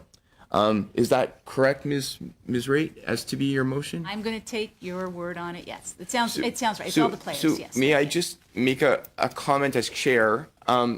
That in itself would be beyond the scope of what we're doing. I think you mean to add in at the end the words related to the prosecution of SNC Lavalin. Because that would be the terms around. Okay, so then it would be receivable. I just also want to clarify with the witness. I believe before when Mr. Fraser asked if the witness could produce certain texts, I believe there was a reason that the witness said wanted to advance that he couldn't, which is that he's no longer part of government and Correct. he doesn't own these texts, and it's not up to him he can't produce them. Is that correct, Mr. Butts? That is correct. They're not under my control. So I think that the words that the witness produces probably also then no longer the right words that the committee asked for perhaps might be the right words. I leave it to you, Ms. Raitt.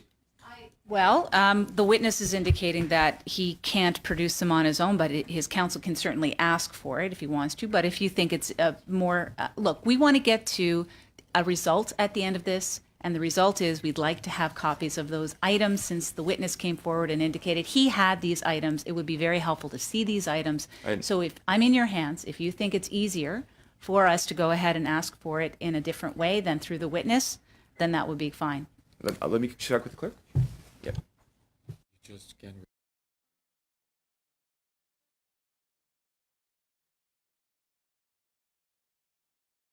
Thank you very much. So the clerk is suggesting that the words that the witness be replaced by that the office of the Privy Council. That sounds great. Thank you. Thank you very much. So then I judge the motion receivable, and then debate. I have Mr. Boissonneau, but Ms. Wright, do you have anything further to say before I pass it to Mr. Boissonneau? On the top, I just want to make sure that we're not just capturing only the texts that may come from the government-issued phone, but if there are any texts on personal phones that those, or personal email accounts, that those are captured as well, which is not a PCO function. It's a function of the witness. in the measure that the government can have access to these communications. The clerk suggests that to the measure the government could have access to these communications would be the right wording, but I mean, or alternatively, that we simply call for the production and we don't ask anybody specifically to produce them. That would be fine.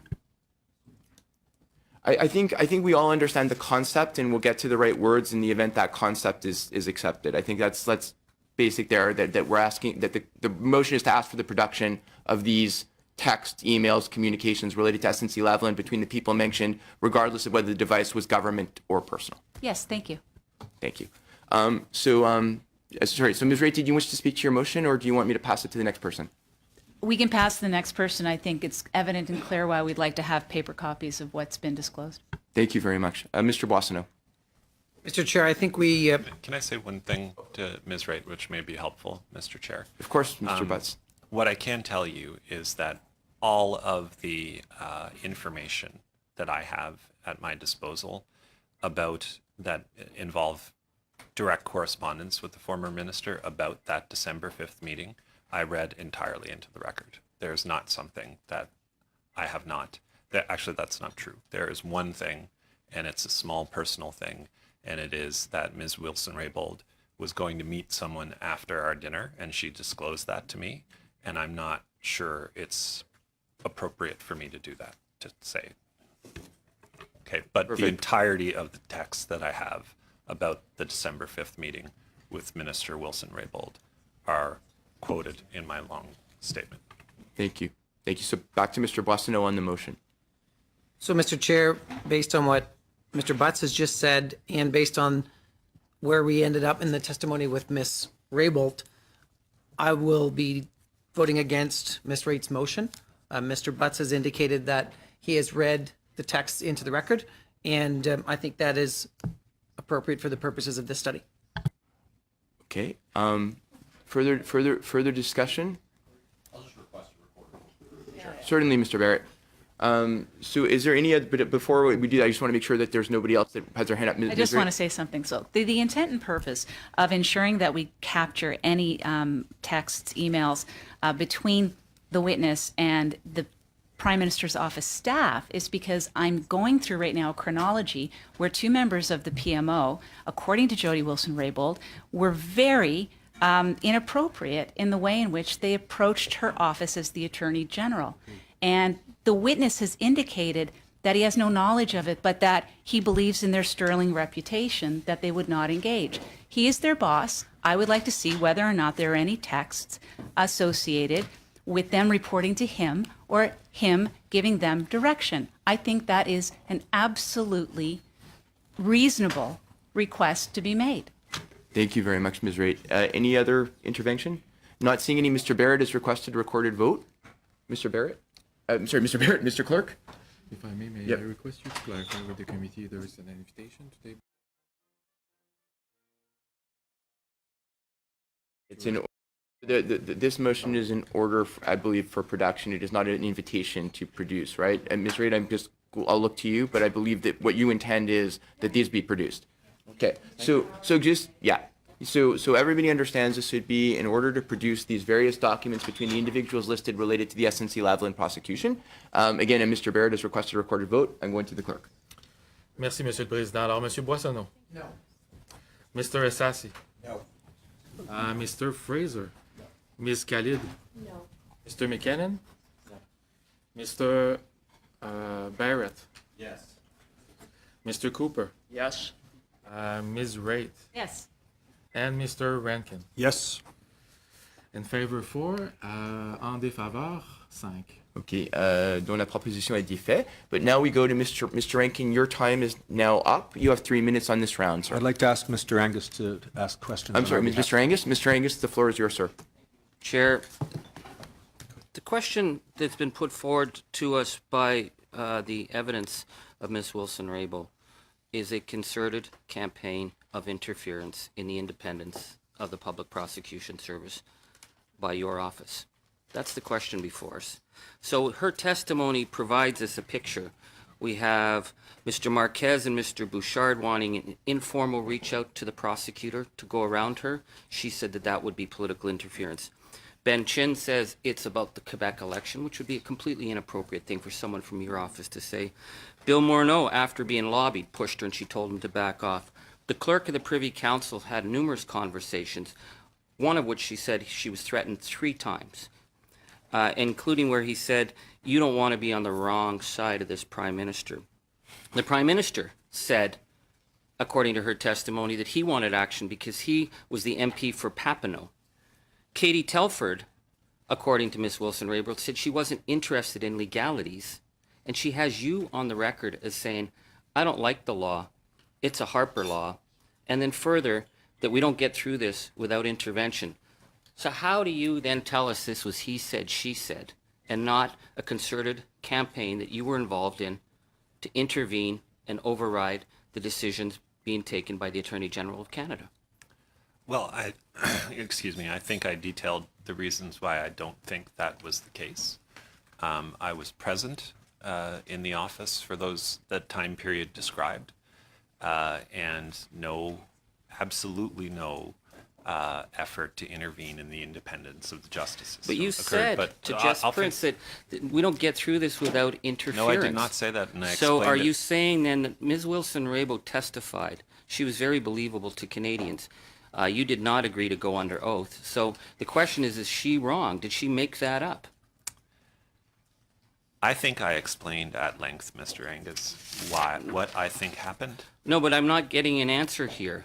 You may have explained it, but I don't understand. Because, Mr. Angus, with as you respect, say, with respect, with I'm- respect, she Mr. either Angus. lied or she Angus, didn't. please let the witness finish. Sorry, Please let Mr. him just finish the answer, and then we'll come back to you. Finish the answer, Mr. Butts. Mr. Angus, It's about her credibility, it is about what happened, okay? and there are different perspectives on what happened. I see. I am not here to call anybody names, and you will not get me to cast I'm not asking you aspersions. to call someone names. I'm asking whether or not there was interference, because facts, my No friend, is as the you answer said, to that question. No. facts are No is the very answer. stubborn, because I will ask you then, it's not just her, but Ms. Philpott said, I have lost confidence. I must abide by my ethical and constitutional obligations because of the allegations of interference by your office. There can be a cost to acting on one's principles, but there is a greater cost in abandoning them. So is Ms. Philpott not understanding this either? I would certainly agree with the last statement that there is a cost to abiding by one's principles, as is there a cost to abandoning them. Thank you. I think that in this case, as I detailed at length, there's more than one way of looking at it. Thank you very much. That ends the second round. I just would note that the witness did not refuse to be sworn in. The committee voted against swearing him in, as we have voted against swearing in any other witness on these meetings. So now we're at the third round. The third round is 6 minutes to the Conservatives, 6 to the Liberals, 6 to the NDP, 6 to the Liberals, and then we have agreed that at the end of this round, the 3 other representatives of not recognized political parties in the House of Commons, because you need 12 seats, will be allowed to ask 3 minutes of questions each. We will start with the Conservatives. Monsieur Berthold? Monsieur Berthold. Merci beaucoup, Monsieur le Président. Monsieur le Président, Monsieur Butts, dans votre témoignage, vous avez dit clairement ni son départ du ministère de la Justice, ni l'entrée en fonction du ministre Lametti au sein de ce dernier n'avaient quoi que ce soit avec SNC Lavalin. Monsieur le Président, j'aimerais demander aux témoins pourquoi le gouvernement du Québec a-t-il reçu comme indication à plusieurs reprises, dont ici même à Gatineau à la fin janvier, une quinzaine de jours après le remaniement, que le dossier SNC Lavalin était réglé et qu'il y aurait un accord de réparation, que c'était un deal qui était conclu. Monsieur le Président, comment le gouvernement du Québec pouvait-il croire qu'un accord était dans la poche si tout ce que vous vouliez, quand vous avez fait des communications répétées auprès de la ministre, l'ancienne procureure générale, c'était de mettre de la pression sur la procureure générale pour obtenir un avis externe? Comment est-ce qu'on peut laisser entendre à un autre palier de gouvernement que c'est dans la poche, l'accord de réparation, alors que tout ce que vous vouliez, c'était avoir un avis juridique pour permettre à la procureure générale ou au nouveau procureur général de prendre la bonne décision? Ça ne fonctionne tout simplement pas avec votre témoignage de laisser entendre, parce qu'après un remaniement ministériel, on a maintenant un ministre, puis on laisse entendre à un autre gouvernement qu'il y a un deal, il y aura un deal, il y aura un accord de réparation. Ça ne fonctionne pas avec ce que vous avez mentionné depuis le début. I'm not aware of the situation you're describing. I'm not aware of any communications between the government of Canada and the government of Quebec on this issue. Certainly not in the time frame you're talking about. That's not true. I'm aware of the fact that the Premier of Quebec, the current Premier of Quebec, raised it personally with the Prime Minister, as did the former Premier of Quebec, but I'm certainly not aware of what you're talking about. Donc, vous n'êtes pas au courant de communication qui aurait pu avoir lieu entre des membres du cabinet, entre des membres de votre bureau, à ce moment-là, avec des gens du gouvernement du Québec, signifiant que SNC Lavalin, avec le changement, le remaniement ministériel, l'accord de réparation, c'était dans la poche. I'm not aware, no. Merci beaucoup, M. Butts. Je laisse maintenant la parole à M. Cooper. Great. Thank you, Mr. Chair, and thank you, Mr. Butts. You indicated that you know Mr. Bouchard and Mr. Marquez well. Would it be fair to say you spoke with them every day? No. You I would say 4 of the weeks in question here that you're examining, I was in Washington. So not every day, no. Certainly not in the affected time period. But they were briefing you. From time to time on a wide variety of matters, yes. And so you would have been aware of their activities on the file in general terms? In general, yes. I mean, I certainly gave them overall direction, and they would report back from time to time. Okay. And you mentioned that you were briefed by Prime Minister immediately after the September 17th meeting? Sorry, I didn't hear that. At the meeting with Ms. Wilson-Raybould, the clerk, and the Prime Minister, I thought I heard you say you were briefed immediately after that meeting on the 17th. I did not say immediately after, and to be honest, Okay, I don't recall whether the clerk or the Prime Minister debriefed me on the meeting. The Prime Minister asked for an outside opinion at that meeting? Not that I know of. Not no. that you know of. But we do know that on October 18th, Mr. Bouchard asked for an outside opinion to Jody Wilson-Raybould's Chief of Staff. The answer was no. On October 26th, again, Mr. Bouchard asked for an outside opinion to Jody Wilson-Raybould's Chief of Staff.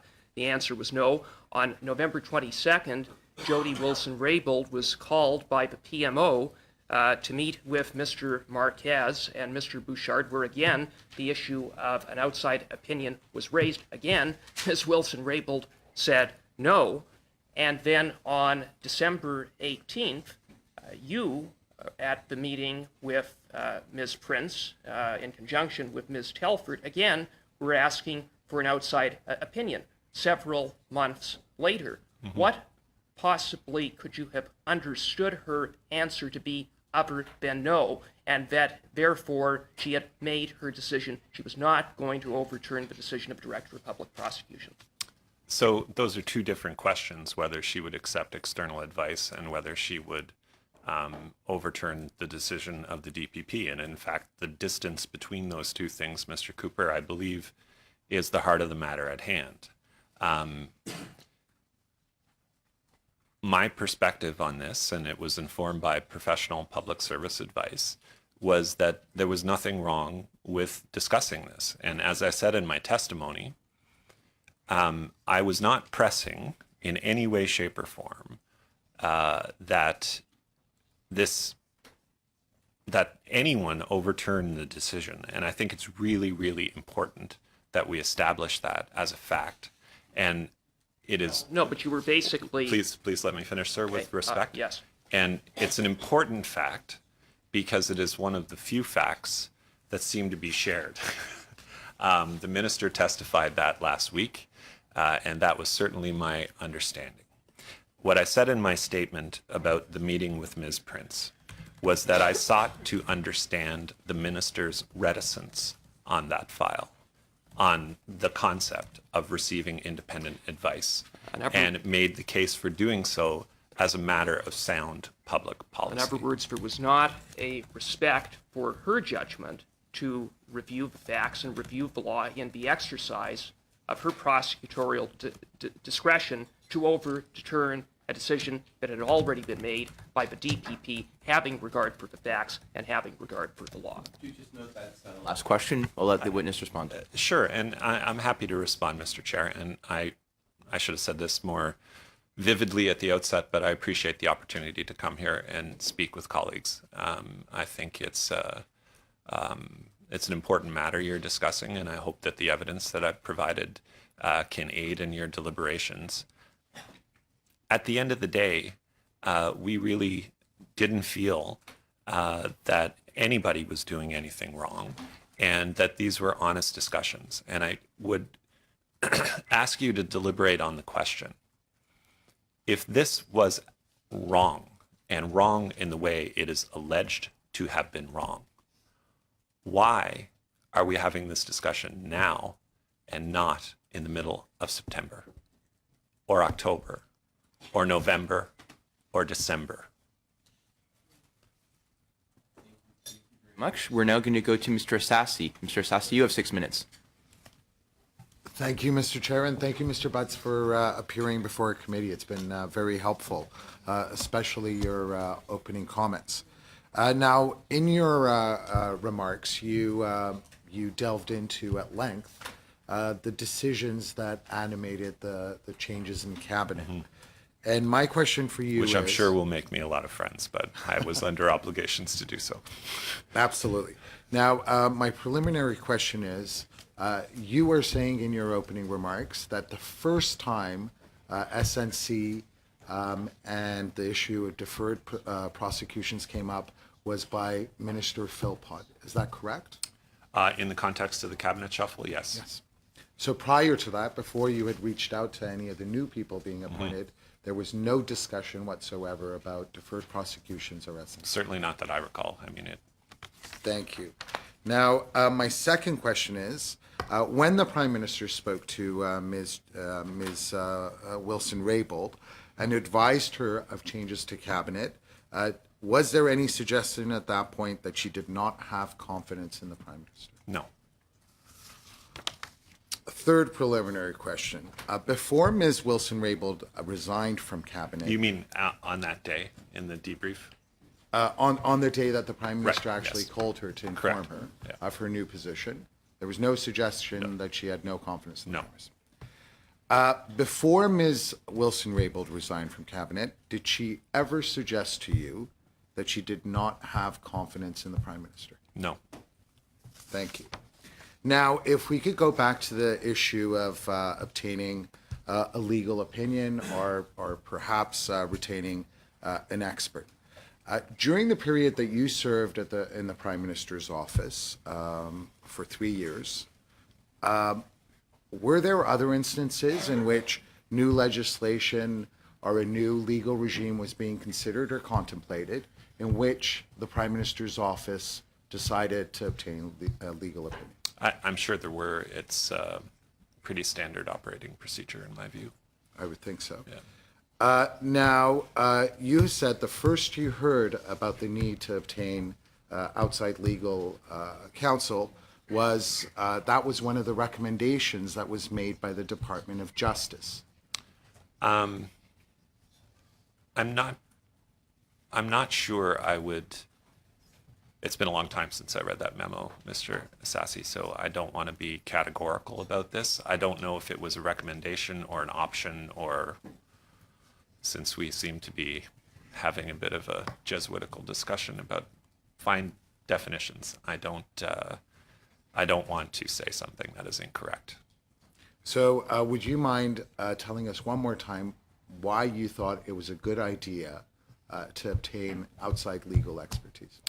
Sure. I thought that in a case like this, where so many people's livelihoods were at stake, that, and this was a shared view, it was an obligation of the government to make sure that we availed ourselves of every, that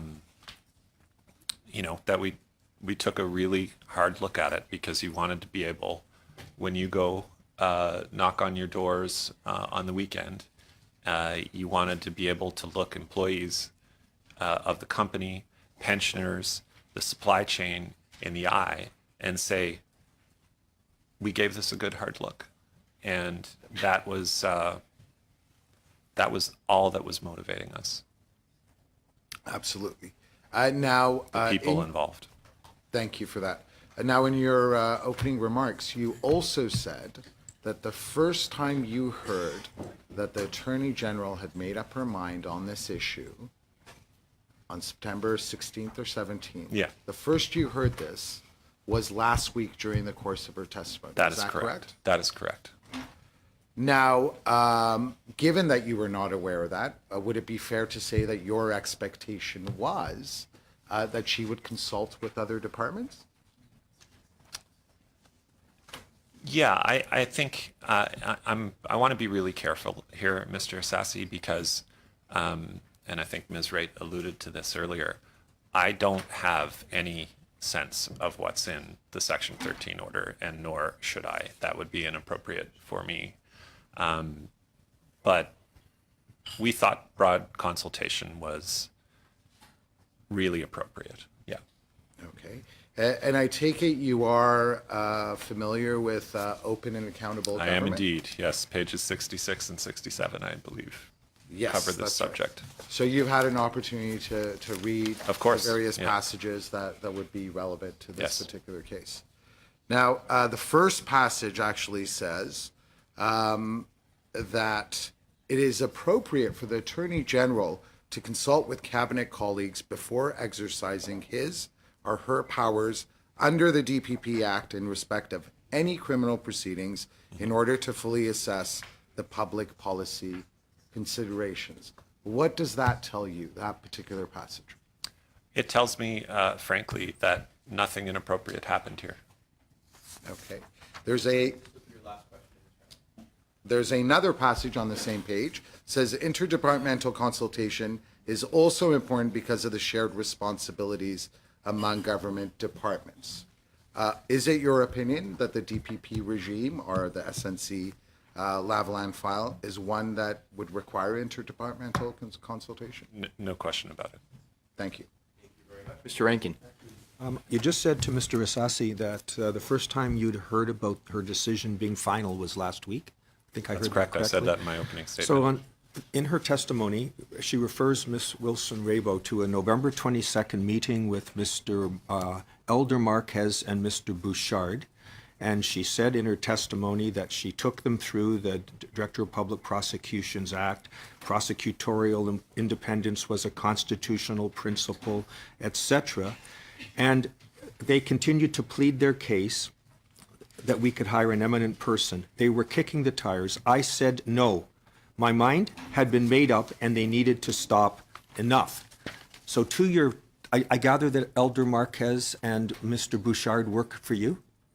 They work for the Prime For Minister. the Prime Minister's ultimately. office of which you are the director? And yes, myself. Their and Katie report is Telford. to you, and so they knew, at least, it seems, if her account is to be believed. She said, I'll briefly pause about my state of mind. Final decision had been made, and so forth. In my view, the communications and efforts to change my mind on this matter should have stopped. Various officials also urged me to take partisan political considerations into account, which was clearly improper for me to do so. We either have a system based on the rule of law, the independence of the prosecutorial functions, and respect for those charged to use their discretion and powers in a particular way, or we do not. So she said very clearly to your staff that this was to be the final decision. Mr. Butts, what we're here to do, this is to determine whether a line was crossed, whether there was independent, whether the line we must preserve between an independent Attorney General's function and appropriate considerations of relevant public policy factors was crossed. It seems clear from her testimony that subjectively she felt inappropriate pressure. Whether that's true or false or right or wrong, there's no doubt that's how she subjectively felt. But objectively, given all of the interventions, all the times she said no, the fact that there was no new evidence to be brought forward, the hounding that she claimed existed, how can we but conclude that that line was crossed? Well, I think that 20 points of contact over 4 months is not a lot of contact, Mr. Rankin. And I think that if she felt at the time that the line had been crossed, then she should have been, she had lots of opportunities at her disposal to make that clear and put it on the record. So telling it to your senior officials wasn't enough. It had to be someone else she had to go to. I'm not going to comment on what happened in a meeting I wasn't present for, Mr. Right. Rankin. So but I do believe, as I said in my statement, that if something this wrong had happened, that she had an obligation to at least inform the Prime Minister in writing. Yes, I believe that to be true. Mr. Angus will use the rest of our time. Thank you. I just want to follow up on what my colleague started, because on September 21st, she stated that this decision was no longer hers because the issue had been filed in court. It was no longer possible. You tell us you just became aware that her mind was made up last week. I find that surprising. November 22nd, the PM asked Mr. Bouchard to meet. She told him they needed to stop, and yet you're just now aware of this. December 5th, she says that she met with you at the Chateau Laurier and that Jerry took over the conversation and said, we need a solution. He said, I needed to find a solution. That's where she said that you didn't like the law because it was a Harper law. Then December 7th, she receives a letter from the PM and says that this is before the court. Then December 18th, there's an urgent meeting where they said, you said there was no solution that does not involve interference. And Katie Telford says, I don't want to debate legalities. And then December 19th, Mr. Wernick pressured her to speak to the prosecutor, and she said at that point she was waiting for the other shoe to drop, and the other shoe did drop. She was let go, and she's asked you when she was being let go whether or not this had to do with SNC, and you had asked her if this was questioning the integrity of the Prime Minister.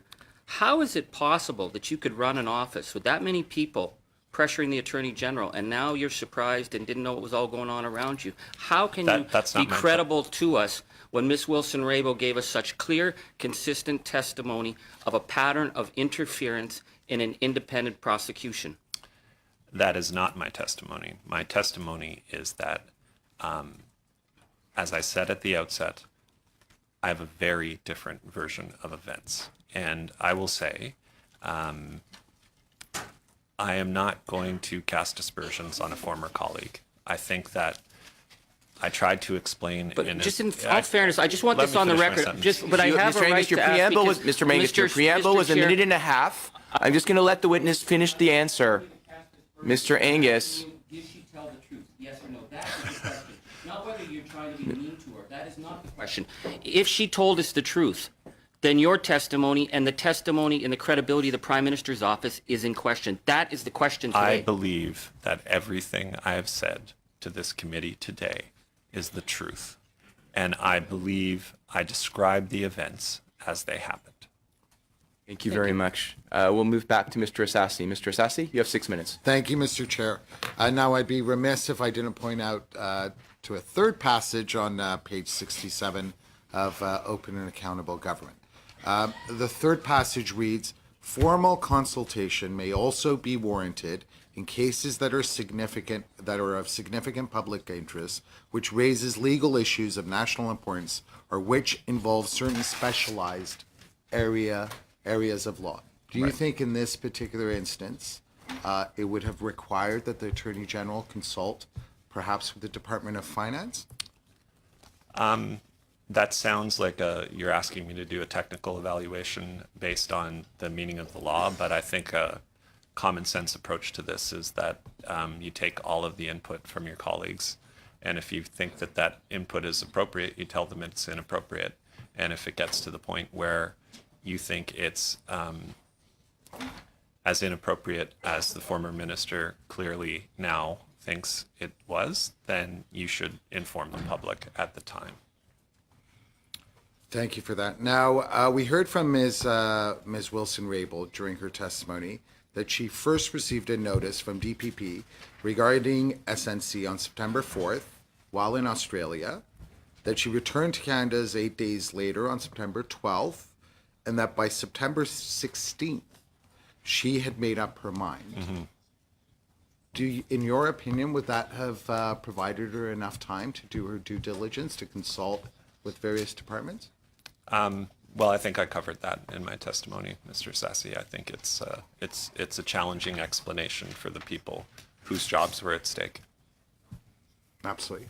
And you were explaining it to us today that your understanding is that when the public prosecutor is considering a particular file, that any time new evidence comes to light, that there should be a consideration of the matter, that one has to look at it with fresh eyes? That's correct. That's my understanding. It's also my understanding that it's not possible to come to a final decision until the court process plays out and a verdict is rendered. So are you concerned that she made her final decision before she actually consulted with the Prime Minister? I think I have a lot of concerns about this, but I'm not sure I would agree with that characterization. I just think that I think that it was incumbent upon the people who were trying to put advice and evidence in front of the Attorney General to do so, and I think it was incumbent upon her to hear it. And now, perhaps I shouldn't ask you what your expectations would be of others. Perhaps I should turn to how you look at this particular issue. And I'd like to ask you, do you have any regrets as to how this issue was handled?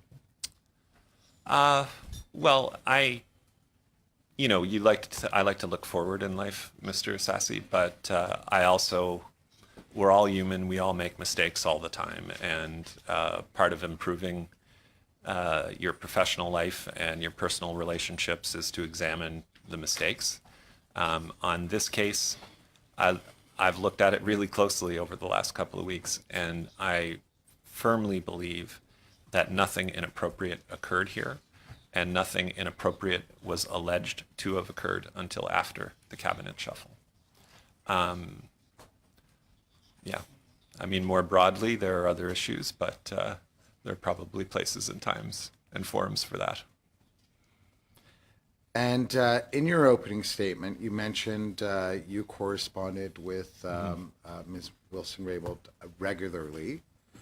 You expressed deep concern by what the minister was saying during some of those. You mean post-cabinet shuffle? Yeah. Yes, correct. You've expressed concern about that. Can you share with us today what the minister said and how that led you to determine there was a breakdown in communications?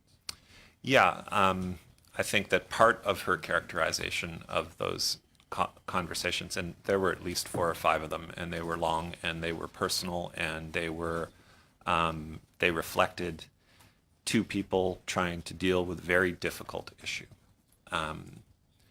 There was a point where the minister asked me directly if her departure from the Ministry of Justice and Attorney General had anything whatsoever to do with the SNC Lavalin matter, and I said no. And I did say, I asked her in a surprised tone whether she was questioning the integrity of the Prime Minister. It wasn't an accusation. It wasn't a threat. It was genuine surprise that someone that I had spent so much time with and that the Prime Minister had spent so much time with could interpret the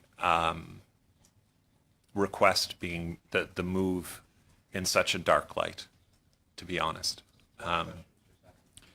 And lastly, you do indicate that the Prime Minister did offer her the portfolio of Indigenous services. That's correct. Why was that important to the Prime Minister, and what did he have in mind when he offered her that portfolio? Well, not very similar, as it turns out, to the, as everyone in this committee knows, the Splitting Vine Act was a Royal Commission recommendation, and when the Prime Minister, through the cabinet shuffle in 2017, I believe in the summer, I could be wrong about that, created the new Indigenous Services portfolio, he made a really strong point, I felt at the time, of appointing Minister Philpott to that portfolio. She was obviously in her dream job in health, and she took on that role because we had a collective understanding, as you folks know, around the government about how important the reconciliation agenda is. And we wanted to make a very strong statement. The Prime Minister wanted to make a very strong statement that the agenda was not going to slow down, which is why he wanted to appoint Minister Wilson-Raybould to the role. We now have Ms. May, Mr. Plamondon, and Mr. Weir each for 3 minutes, and then Mr. Rankin is advised he wants to make a motion, but perhaps we can do that after we excuse the witness. So, Mr. May, Ms. May. Thanks. And I'm going to disclose that I'm friends with the witness, and I would be okay with the first name basis. So, it's okay with you, Chair. It is. I am surprised that in your evidence you don't make reference to two people that I think played a very big role in this drama, the clerk of the Privy Council and the lawyer for SNC Lavalin. So I'm going to ask how it is that you don't seem to recognize that the heaviest intimidation of our former Attorney General came from one-on-one meetings with the clerk of Privy Council September 19th, and that with that following phone call December 19th, and I will let you know, I completely believe every word we heard from Jody Wilson-Raybould without a doubt. So how is it that your evidence doesn't make reference to his actions, and did you know that he was going to phone her at home on December 19th and make veiled threats? No, I'm aware that the clerk and the Deputy Minister of Justice are appearing later, so I know you'll have an opportunity to speak to them directly, but I will say about the clerk of the Privy Council, whom I've gotten to know fairly well over the past 3.5 years, that I find the accusations leveled against him completely inconsistent with his character. He has made enormous family and personal sacrifices to continue to serve the people of Canada. And I just can't imagine a circumstance where Michael Wernick would do the things he is alleged to have done. I find that even less credible given the fact that I am alleged to have done things I know I didn't do. Well, I would only say, Jerry, that I still think that your evidence can be consistent with Jody Wilson-Raybould's, the extent that you were massively distracted by other events, out of town for 4 weeks, and could have forgotten things. But I don't find contradictions to the extent of he said, she said. But I'll move on to Frank Iacobucci, who is described in the one-on-one meeting that the former Attorney General had with the clerk as not a shrinking violet. Now, in the same period of time where there's a lot of pressure from SNC Lavalin, Mr. Iacobucci, of course, is a distinguished former Supreme Court judge, was retained by the Prime Minister's office to handle the Indigenous consultations on the Kinder Morgan matter.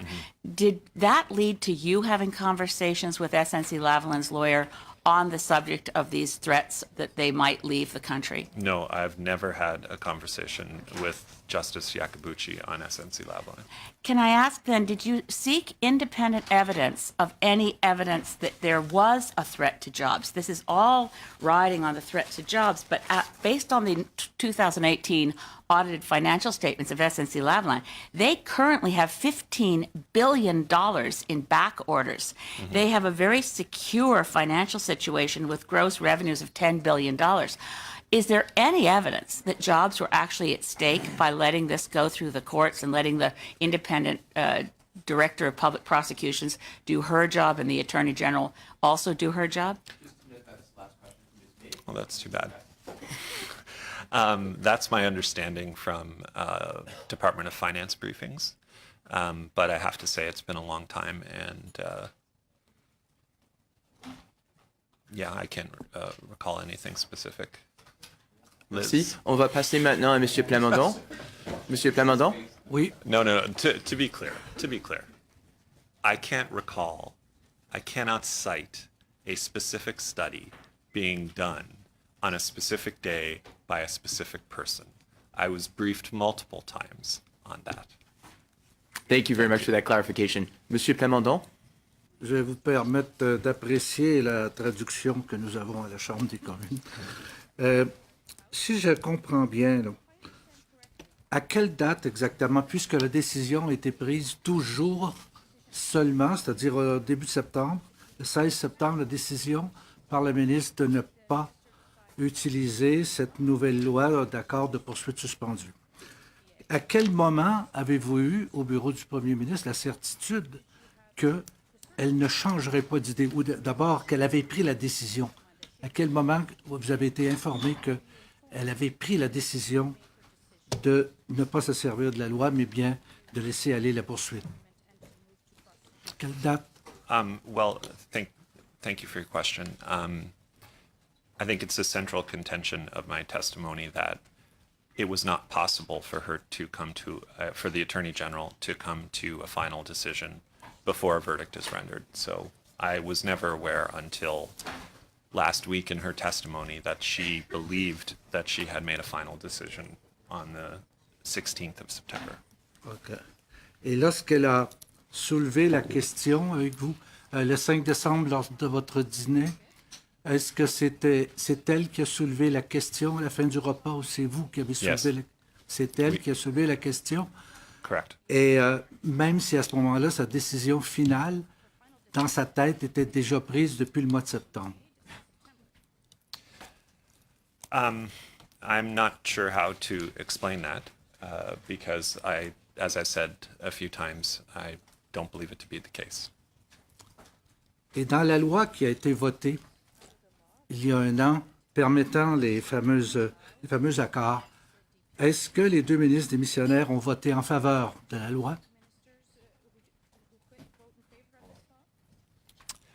I'm not sure. Et au caucus, je veux dire au Conseil des ministres, il y a eu sûrement des discussions sur ce projet de loi-là, parce que c'était unanime. I believe, Mr. Chair, that's outside the scope of, because the matter went before Cabinet last spring. Yeah, I can't comment on that. Et une dernière question sur ce projet de loi-là. Cela permet à la ministre en poste ou au ministre en poste d'intervenir et de dire non, je vais aller à une entente plutôt qu'à une poursuite. Jusqu'à quand? Est-il vrai que c'est jusqu'au moment de la décision du juge, jusqu'à ce que le jugement soit rendu, elle peut intervenir pour faire une entente qu'on appellerait hors cours. Est-ce que c'est bien cela? Donc, c'est encore possible? Yeah, I believe that still to be the case. My understanding from the briefings I got at the time was that intervention was still possible until a verdict is rendered. And I think it's important to note about the concept of remediation agreements, where they came from in the first place. It was an attempt to, we hear a lot about competitiveness around here, and it was an attempt to harmonize economic policy in Canada with many competing jurisdictions that already had this instrument at their disposal. there was a rigorous debate, as there always was on this topic, and there on most topics, and there were people on both sides of the policy. But at the end of the day, it was the collective decision of cabinet that it was a policy that was worth pursuing in the economic best interest of the country. And if I could say one more thing about DPAs, I think that they've been badly mischaracterized as a get-out-of-jail-free card, when what they really are is a court-approved reform process for a company that had committed very serious acts, and their purpose, and it's really important, their purpose is to protect people who had nothing to do with those acts from being harmed by the law. Et une dernière petite... Non, Monsieur Perron, malheureusement, vous êtes à 4 minutes 30. Excusez-moi. We're going to go to Mr. Merci beaucoup. We're going to go to Mr. Weir. And Mr. Weir, by the way, I did check, and it was true that your question at our last meeting was the first CCF question at a committee meeting in 60 years of the Canadian Parliament. So it was quite historic. Mr. Weir? Well, thank you for the opportunity once again, and thank you, Mr. Butts, for your articulate and informative testimony. To pick up on what you were just saying about deferred prosecution agreements, we heard last week from Ms. Wilson-Raybould that it was clear under the law that SNC Lavalin was not eligible for a deferred prosecution agreement, and that therefore efforts to push that option were inappropriate. I think it's clear that you and many other people believed that SNC Lavalin potentially was eligible for a deferred prosecution agreement. And I appreciate you're not a lawyer, I'm not either, but I'm wondering if you can shed any further light on the company's eligibility for that type of remedy. I could not shed any light on that legal matter, Mr. Weir, I'm afraid. Okay, it seems quite central to whatever misunderstanding or disagreement occurred. Well, the centrality of it, though, with respect, I'm sorry, I didn't mean to interrupt you there. The centrality of it is that the law is really unclear because it was brand new. And in this circumstance, my understanding, as I said in my opening statement, is that this is the first case in which the law could be applied. So I think talking about these things as if they are matters of settled law, again, with the proviso that I'm not a lawyer, is a bit of a mischaracterization of the state of the policy, which is really fresh and never been applied. And we thought the more thought and advice and process that could go into this, the more transparency we could bring into the decision-making process, the better off we were all going to be going forward. It was we were plowing a new field here, and wanted to make sure that all of the lessons were learned and all of the wisdom was gathered and all of the advice was given. So thanks for all the light that you've shed on the cabinet shuffle in January. With the benefit of hindsight, do you think that it was a mistake to move Ms. Wilson-Raybould? I don't like to do retrospective recharacterizations of events. I think that the government was put in a very difficult position, and I think in particular the Prime Minister was put in a very difficult decision. I think that there was no malice toward anybody, and there certainly wasn't personal malice toward anybody. The Prime Minister made, I think, a well-informed decision about the cabinet shuffle, and had everybody on the team done what the Prime Minister asked of them, then I think we would not be having this conversation today. Very much. Thank you. Mr. Rankin, would you be okay if we excuse the witness before we move to the motion? That's fine. Okay, so Mr. Butts, of course. Sorry, before I leave, that it was a real honor to be here. I appreciate very much the work that you do in all parties, and I hope that my evidence has contributed to a real public policy discussion. And I thank you all for your time and friendship. Thank you. And in return, I want to thank you very much. I think your testimony was very helpful. Hearing your perspective was was very helpful to our work. So thank you very much, Mr. Butts. And I'm just going to suspend for 1 minute so everybody can shake Mr. Butts' hand, and then we'll resume.